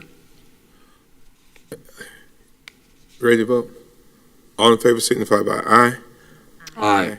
Opposed have the same sign. Passed unanimously. May I have a motion to approve revised job description for district behavior analysts? Motion to approve. Motion by Ms. Thor, Second. seconded by Vice Chair Campbell. Mr. Brown, you pull this for discussion as well. Yes, thank you, Chair. And this goes very hand in glove with our earlier discussions this evening, and that is district behavior analyst. I would like to be sure, and I'd like to see real documentation and discuss this out in the open, the idea that every student is represented.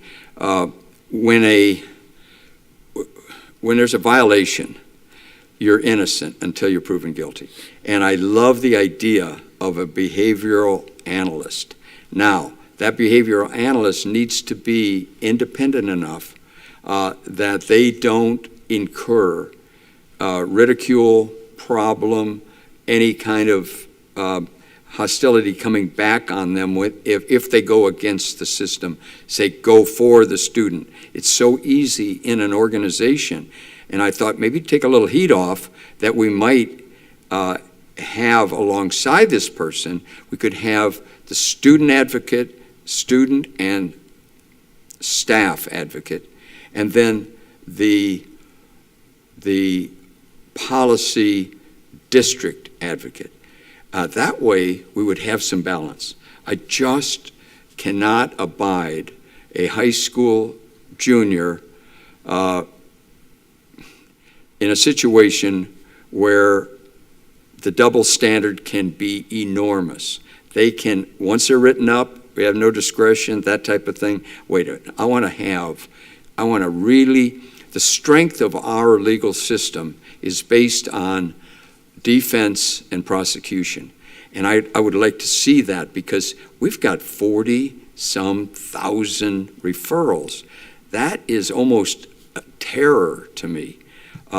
And you can't say, well, it's this new generation, they're a mess.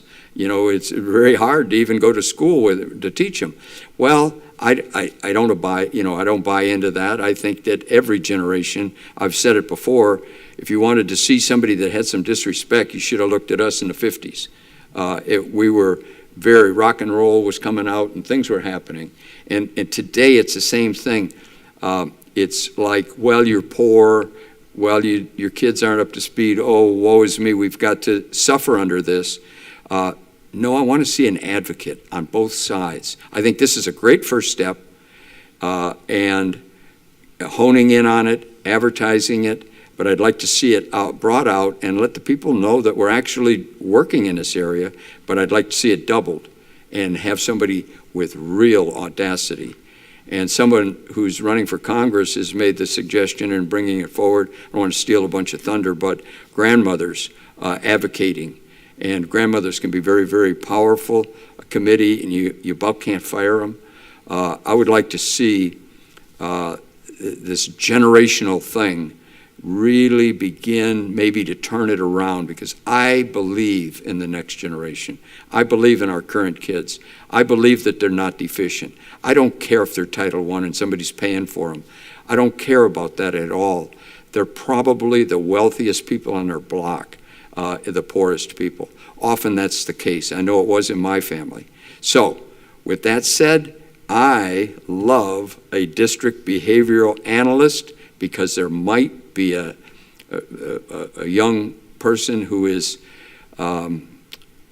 brought and saved, and maybe some analysis, some fairness, some decency that can creep in, not against people. I'm not criticizing the people. I just know what happens with a bureaucracy. It's automatic. And like Rome, the rise and fall of the Roman Empire, the rise and fall of any organization will occur based on bad internal operation and an expansion of a double standard. Thank you, Board. Thank you, Chair. Chair. Go ahead, Ms. Sorrell. Thank you. I appreciate, Board Member Browning, that you're speaking so highly of behavior analysts, because we've had them in our district since 1998. And in the 1998, there was a total of 1 for the whole district.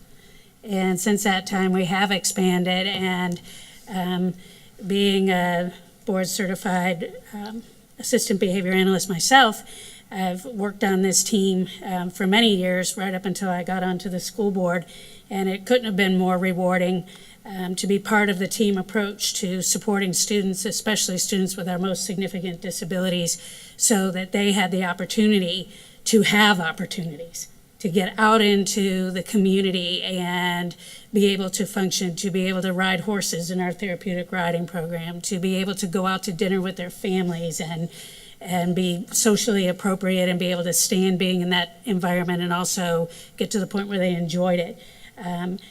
Having a child with special needs and having them be able to sit with you at the family dinner table is quite an accomplishment. So I am very glad to hear that you support this job description. It's an update of a job description that was last updated in 2014. A lot has evolved since then in very good ways. And as you visit schools, almost every school has either a behavior tech or a behavior specialist, which is being supervised by behavior analysts.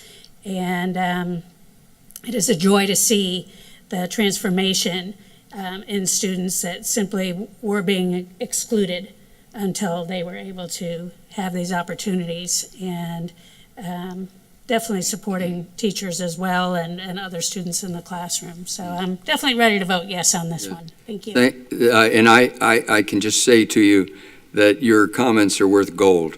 That is exactly my thought in bringing it forward, because when we hit a home run on something and we refocus and we're looking at it and we're spending time and energy, I just think it needs to be brought forward. And thank you for the comments, because that is gold. That is the gold standard. Thank you.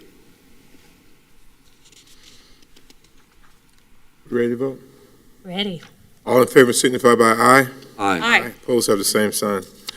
Thank you. Passed unanimously. We have a special work session scheduled for August 11th, 2022 at 9 a.m. The purpose of the special work session is to discuss the 2022-2023 tentative budget general fund. The next administrative briefing and work session is scheduled for August 18th, 2022 at 9 a.m.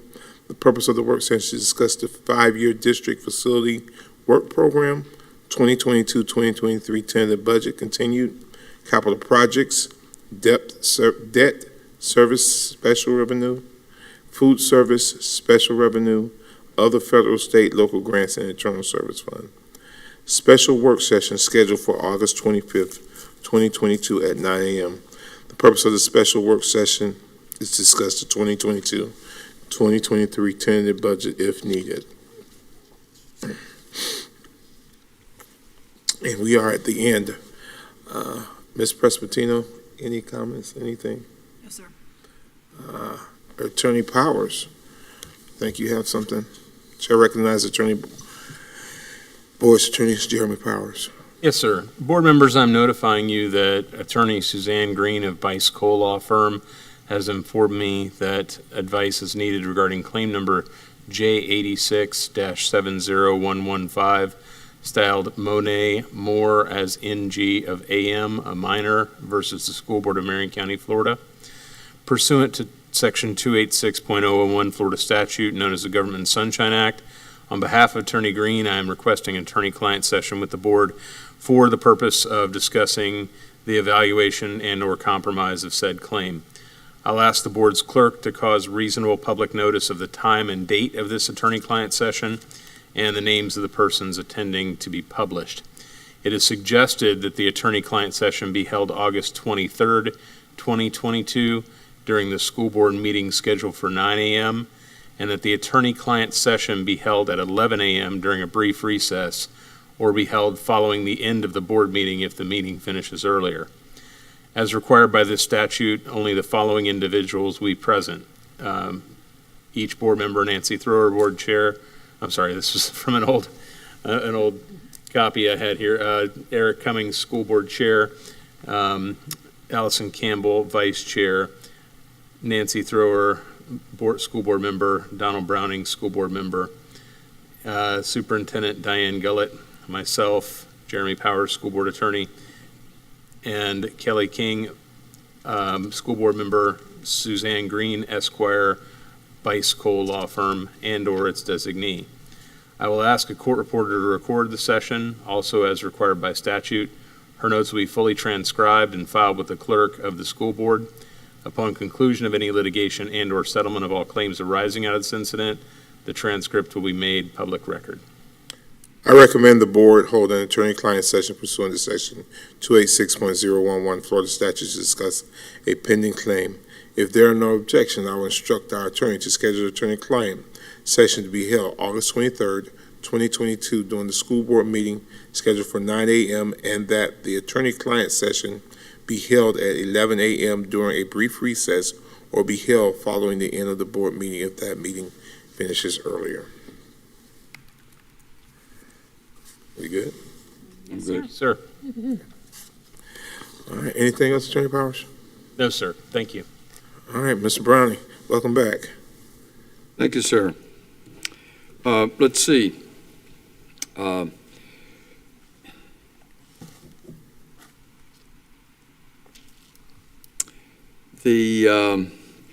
Starting this school year, this is a big deal. And you all have heard about it before, and I'm referring to Stanton Weirsdale. And it was interesting. The sorority they were referring to today was 2 years after this community in Stanton was established in 1904, and then in 1956 the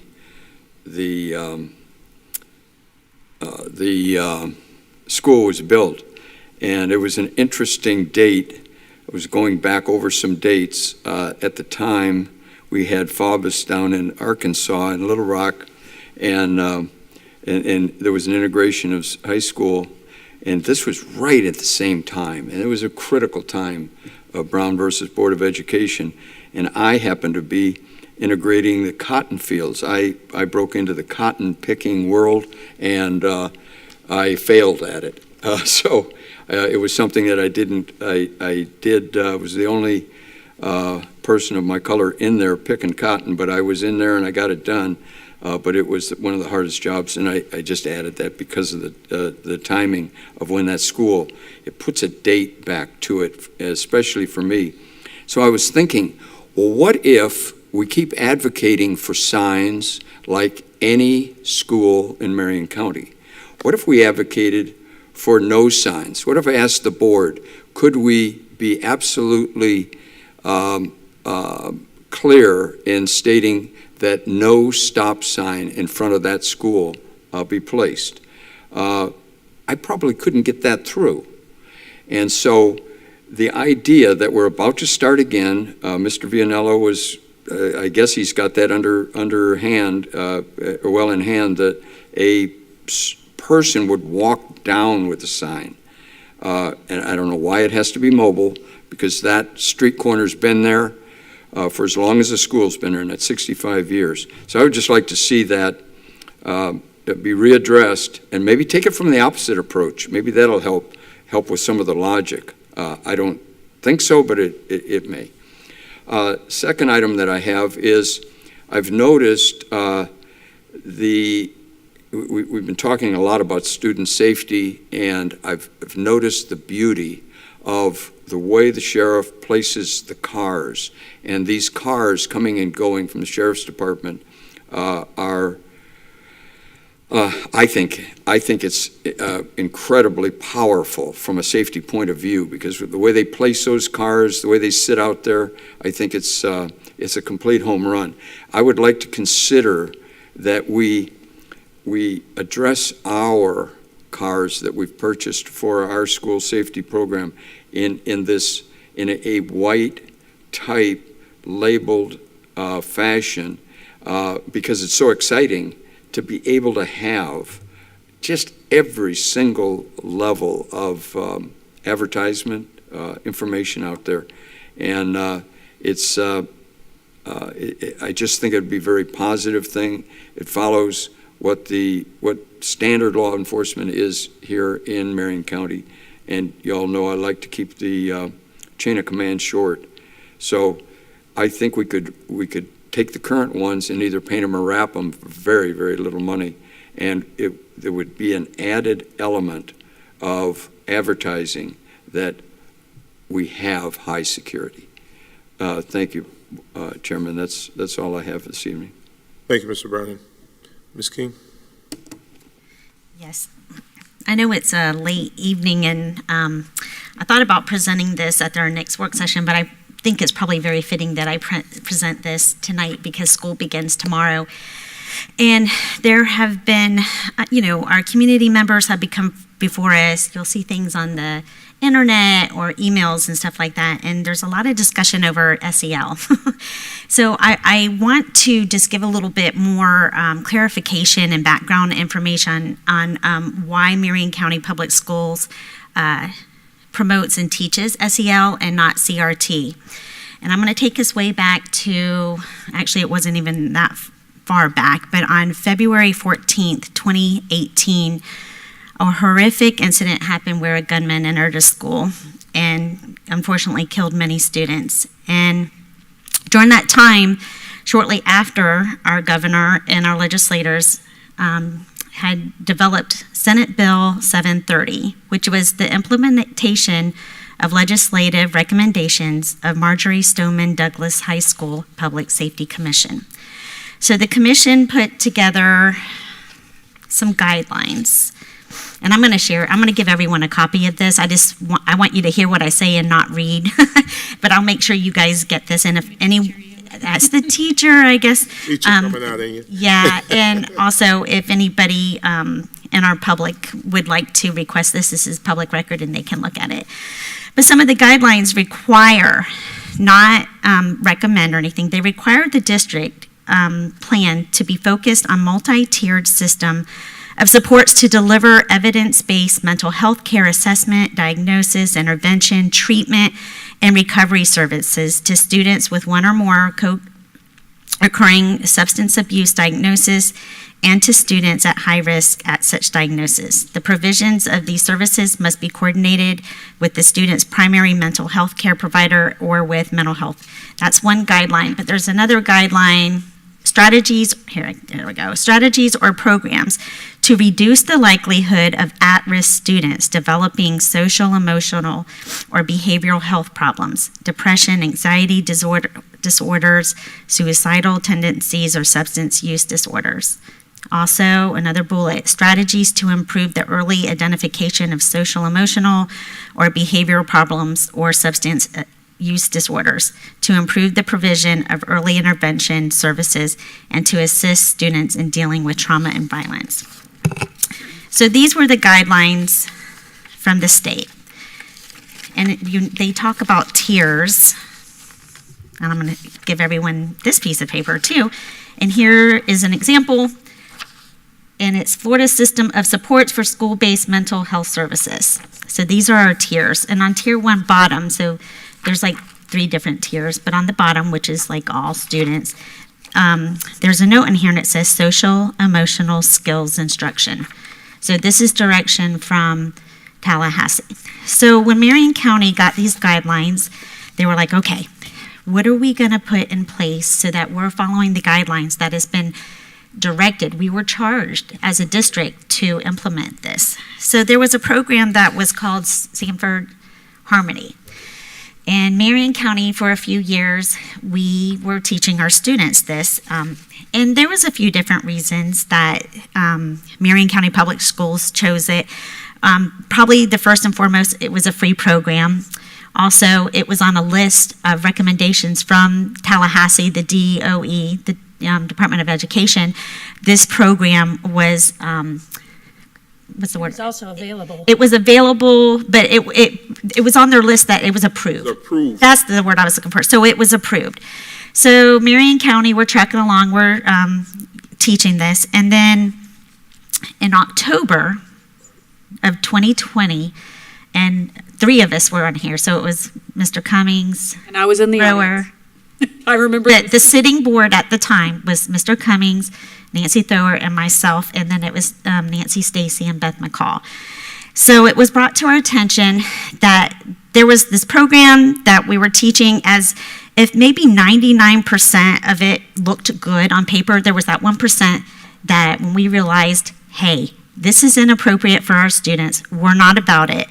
So we as a board, we talked about it, we realized what was happening, and immediately, and this is on the paper, so I'm going to quote this, immediately we were like, take it off, let's reevaluate this, let's see what's going on. So we looked into it, and we decided we didn't want to. So if you look onto the Ocala banner on October 23rd, 2020, there's a headline, and it says, Marion County School Board shelves Sanford Harmony curriculum. So that's the beginning what had happened. So we came together as a board. We decided that program for SEL was not appropriate for Marion County Public School students. So we, and I say we, it was like Dr. Gullett's team and us, we decided that we're going to look into other programs that were more what we felt were appropriate for Marion County Public School students. On December 10th, in the newspaper, there's an invitation that says Marion County School Roundup. Parents asked to review Sanford Harmony replacement. So there was a committee that gathered, they met, we invited the community to help us select a program that we had to pay for, because as we all know, sometimes things look good if they're free. In this case, free was not good. Free was bad. So we did that, and in the committee, finally, they agreed on a program called the Caring School Community. Community. It had public review in Marion County. The community and the schools, we agreed that's the program that we will use. So I know it's often asked, why are we teaching SEL? Why are we teaching SEL? Or they replace it with CRT. I'm assuring you, everyone in this community, Marion County Public Schools is not teaching CRT. We are teaching SEL.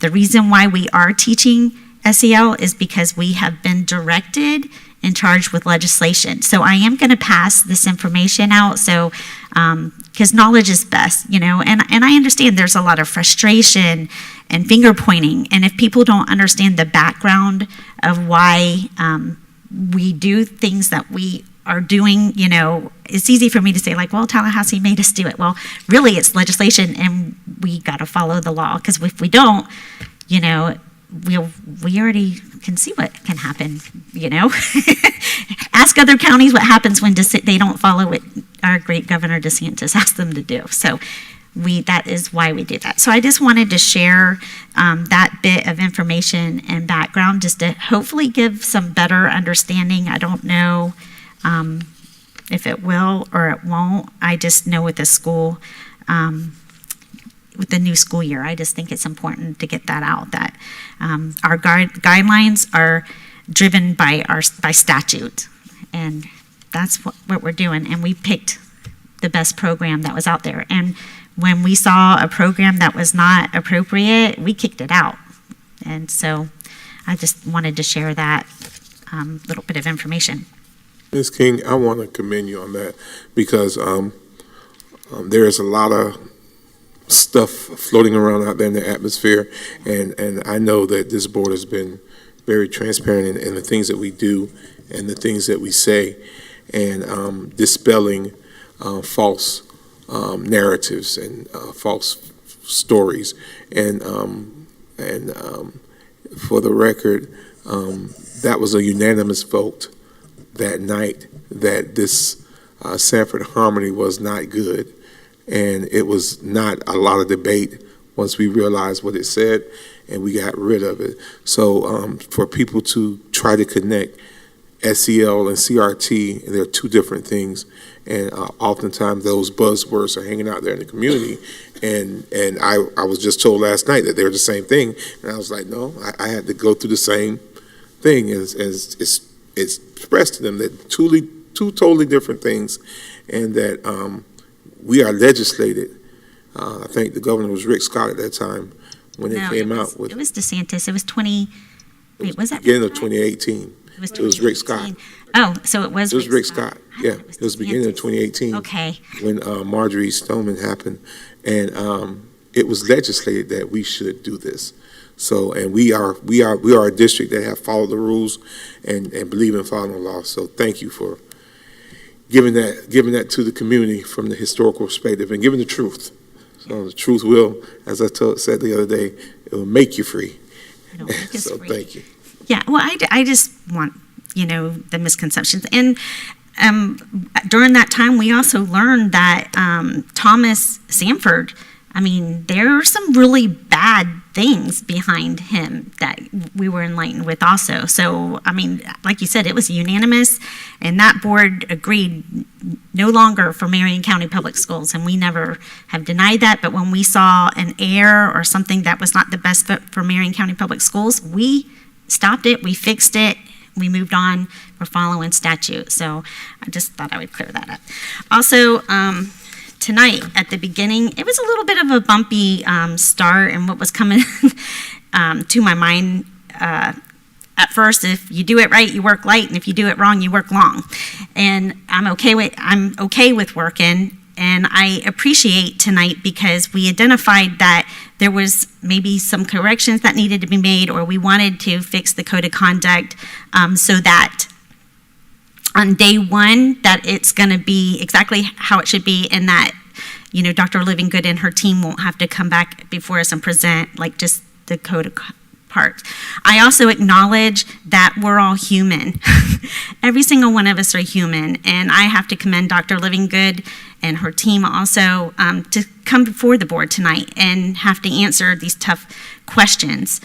What I maybe don't agree with always is the way, or tonight what happened is maybe the way it was done. I think sometimes we need to remember that if sometimes we don't always have to bring flaws or everything to light immediately. I think maybe if there was some errors, maybe behind the scenes, behind a closed door, to be like, hey, there's maybe a spelling error or something here. Let's fix it moving forward.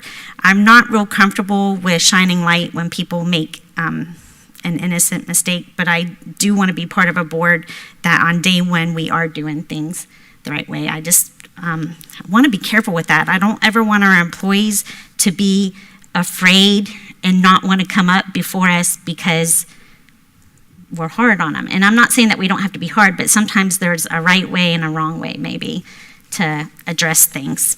So I'll just leave it at that. And that's all I have. Thank you, Ms. King. Ms. Storer? Thank you, Chair. Yes, tonight was the last board meeting before the first day of school. So that's definitely a milestone, and it has been an extended night, and we all are looking forward to getting up early and getting our kids to school, or welcoming kids back to school, or probably doing something related to kids all day tomorrow. So I will make my usual attempt to keep it as brief as possible unless I get too passionate. It is very important, especially at the beginning of a new school year, to rededicate ourselves to having each other's backs, to supporting each other, to celebrating every success. It was made very clear tonight how complicated the business of public education has become over the years. And, you know, I'm one that has said before that my code of student conduct was about this thick, and it was all principal discretion, principal discretion, principal discretions. And I'm not a fan of growing just to grow. We need to be lean. We need to be tight. We need to be on the same page. We need to reduce all of these layers, because in the end, the more separation there is between the kid and the mission, things just tend to get diluted. So that's kind of my short story philosophy on the state of public education today. And there is so much media attention and on us right now, and it's kind of become the new battlefield in politics. That's a shame. Most people get into the field of public education because they love kids, not because they love politics. So I would just encourage everybody to, you know, keep all that floating around up in the atmosphere, because the kids aren't thinking about that. They're thinking about getting to school tomorrow and meeting their teacher and getting started with the school year. And that's a pretty important focus for all of us to have. Sifting through the information, the misinformation, the deliberate disinformation can be exhausting. You know, we have about 6,000 employees, not 7,500. We have less employees now than we had, I think, in 2011. But there's different sources out there, and ones that you would expect to be correct, that are conflicting. So I would like to think that most people just get concerned because they really want to see Marion County Public Schools succeed. And that's why I chose to run for school boards. Certainly there's a lot of things that I've done and can continue to do. But this is my passion, so that's why I'm here. We are down, or at least at last count that was shared with me, 150 teachers. Very typical across the country, which just goes to show you the complexity maybe is driving a lot of people away. So we need to do what we can to keep it simple, do the simple things well, and work together. Thankfully, I don't believe we are down 150 bus drivers. No. We're down, at last count, I think I heard 30, maybe less. Last count, I heard Board Member Thrower was about 20, because we had people that were eligible and just getting qualified. Right, and getting onboarded, and hats off to our Human Resources Department, Employment Services, working overtime all weekend, not just them, every department has been doing everything they can, pedal to the metal. Hopefully, this is going to be the last year that we're going to be killing ourselves with recruitment. I know it's our goal to make Marion County Public Schools the county that if you're going to jump into public education, you're going to jump in here with us. So I'm looking forward already to next year, because that's just how I am. But this year is going to be great. There's great energy all over the district, and I couldn't be happier to continue to represent Marion County Public Schools. So see you around town tomorrow, and have a great night. Thank you. Thank you, Board Member. Vice Chair Campbell. Thank you, Chair Cummings. So I want to say thank you to my fellow board members for indulging me some time this evening to go through the Code of Student Conduct. I want to express that as a board member, I am embarrassed that I have approved this document once before with these corrections grammatically and typographical inaccuracies that were included in the document, and have been probably for a long time. And so part of this evening was because I frankly am embarrassed that I approved it before without working through some of those things before. I too am very grateful for Dr. Livengood. She and I spent quite a bit of time together talking through some of these things, and I'm grateful for that. Just because we went through our policies recently where we were correcting and streamlining language, that was where my mind was in reading a document like this that ultimately becomes policy. So with that being said, I am looking forward to a more detailed analysis of the Code of Student Conduct in a future work session, because I think that it warrants it built from a language perspective. You all should have seen an email this morning from FSBA requesting the federal and legislative platform submissions. As each board member can do, we all can submit recommendations as your advocacy liaison to that committee that will ultimately develop the platform for FSBA. I didn't know if we wanted to even collectively determine a few items that we might want to say, we all five of us put on our submission, this is something that we think is important. Just understanding how that process worked. Last year, we were all in a room and saw kind of how things were ranked, and then we were able to move things around. And if one board member recommends something, it doesn't necessarily go to the cream of the crop. And so if there is something that we as a board see, perhaps we can devote some time, brief time between now and September when those need to be submitted, for us to potentially work on some priorities that we can push out together.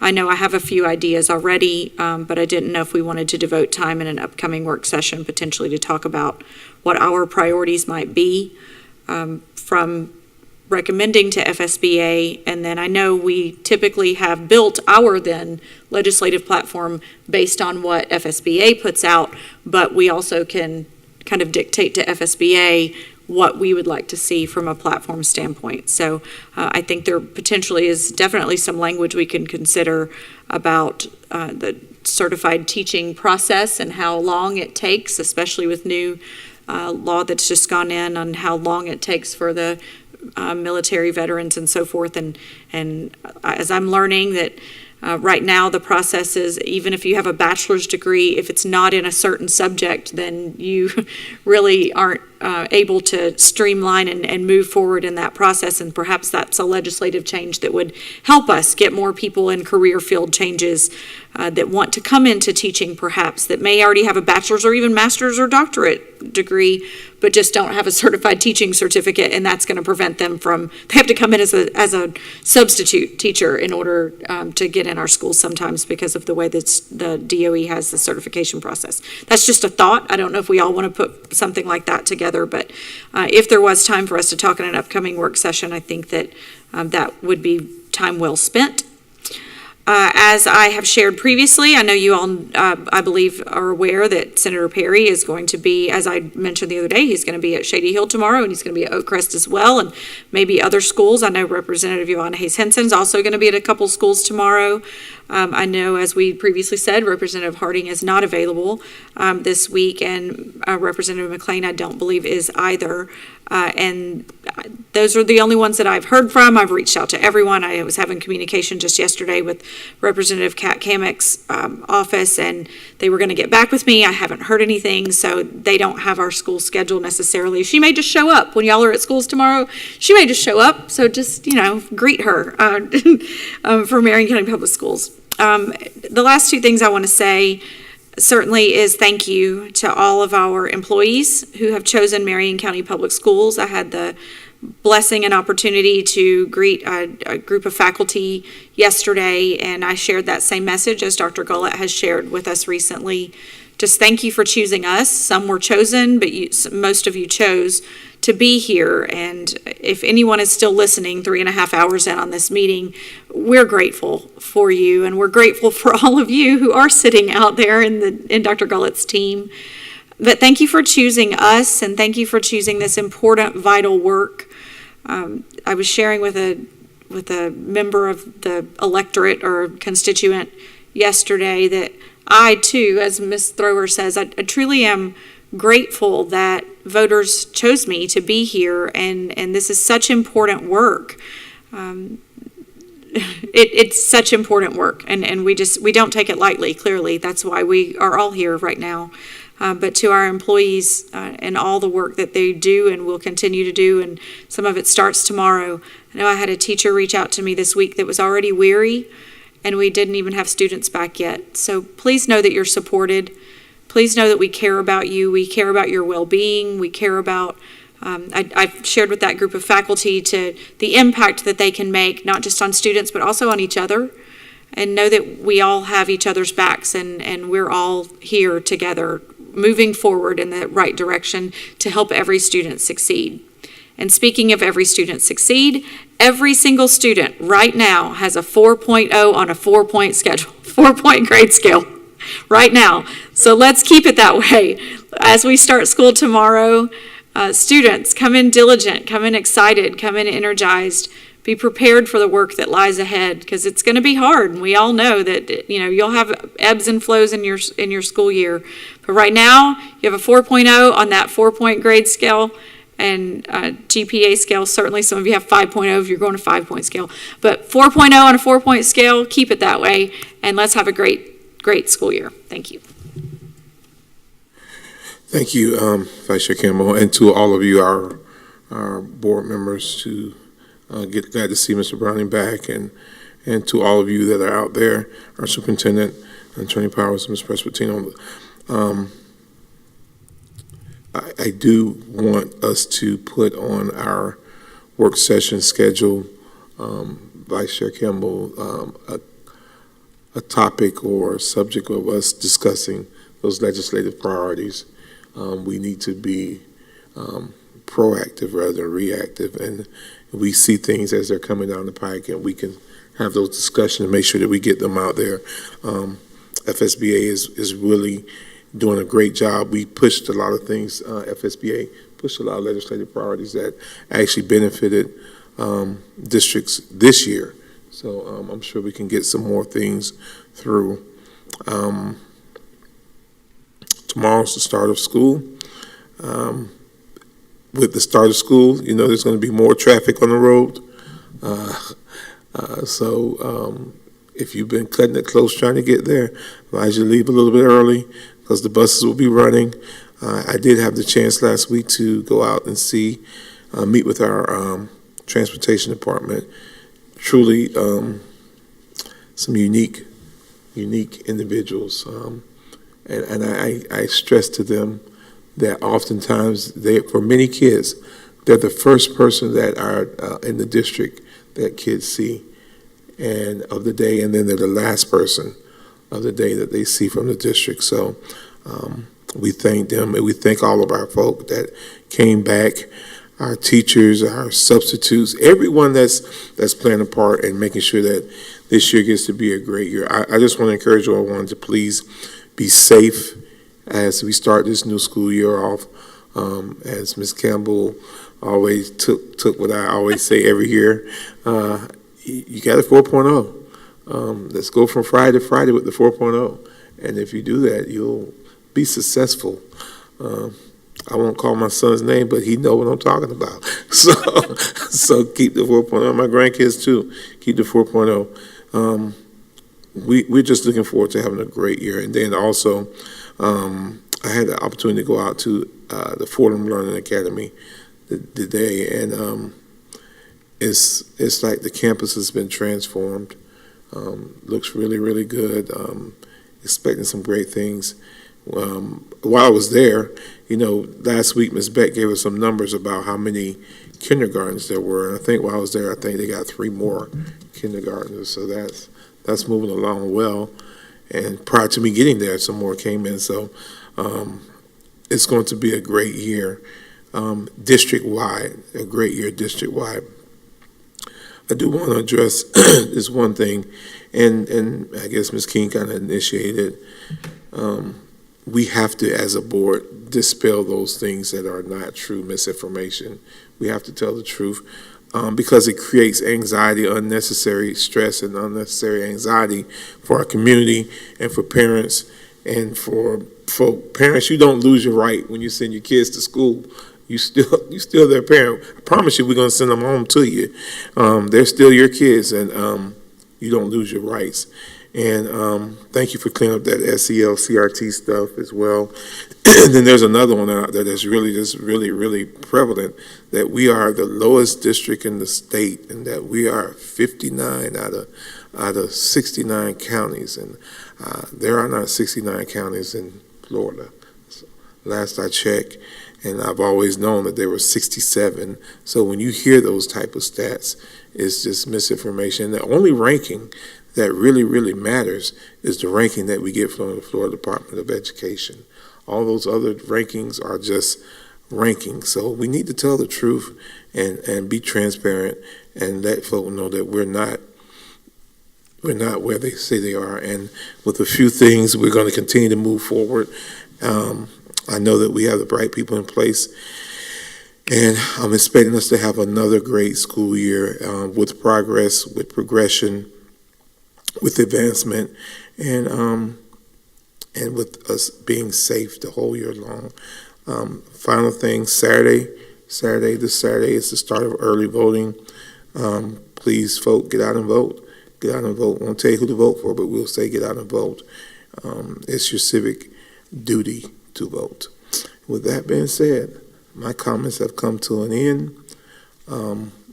We have no expulsion matters tonight, correct? So there being no further business, may I have a motion to adjourn? Motion to adjourn. Motion by Board Member Thrower, seconded by Camel King. Meeting is adjourned at 9:01 p.m.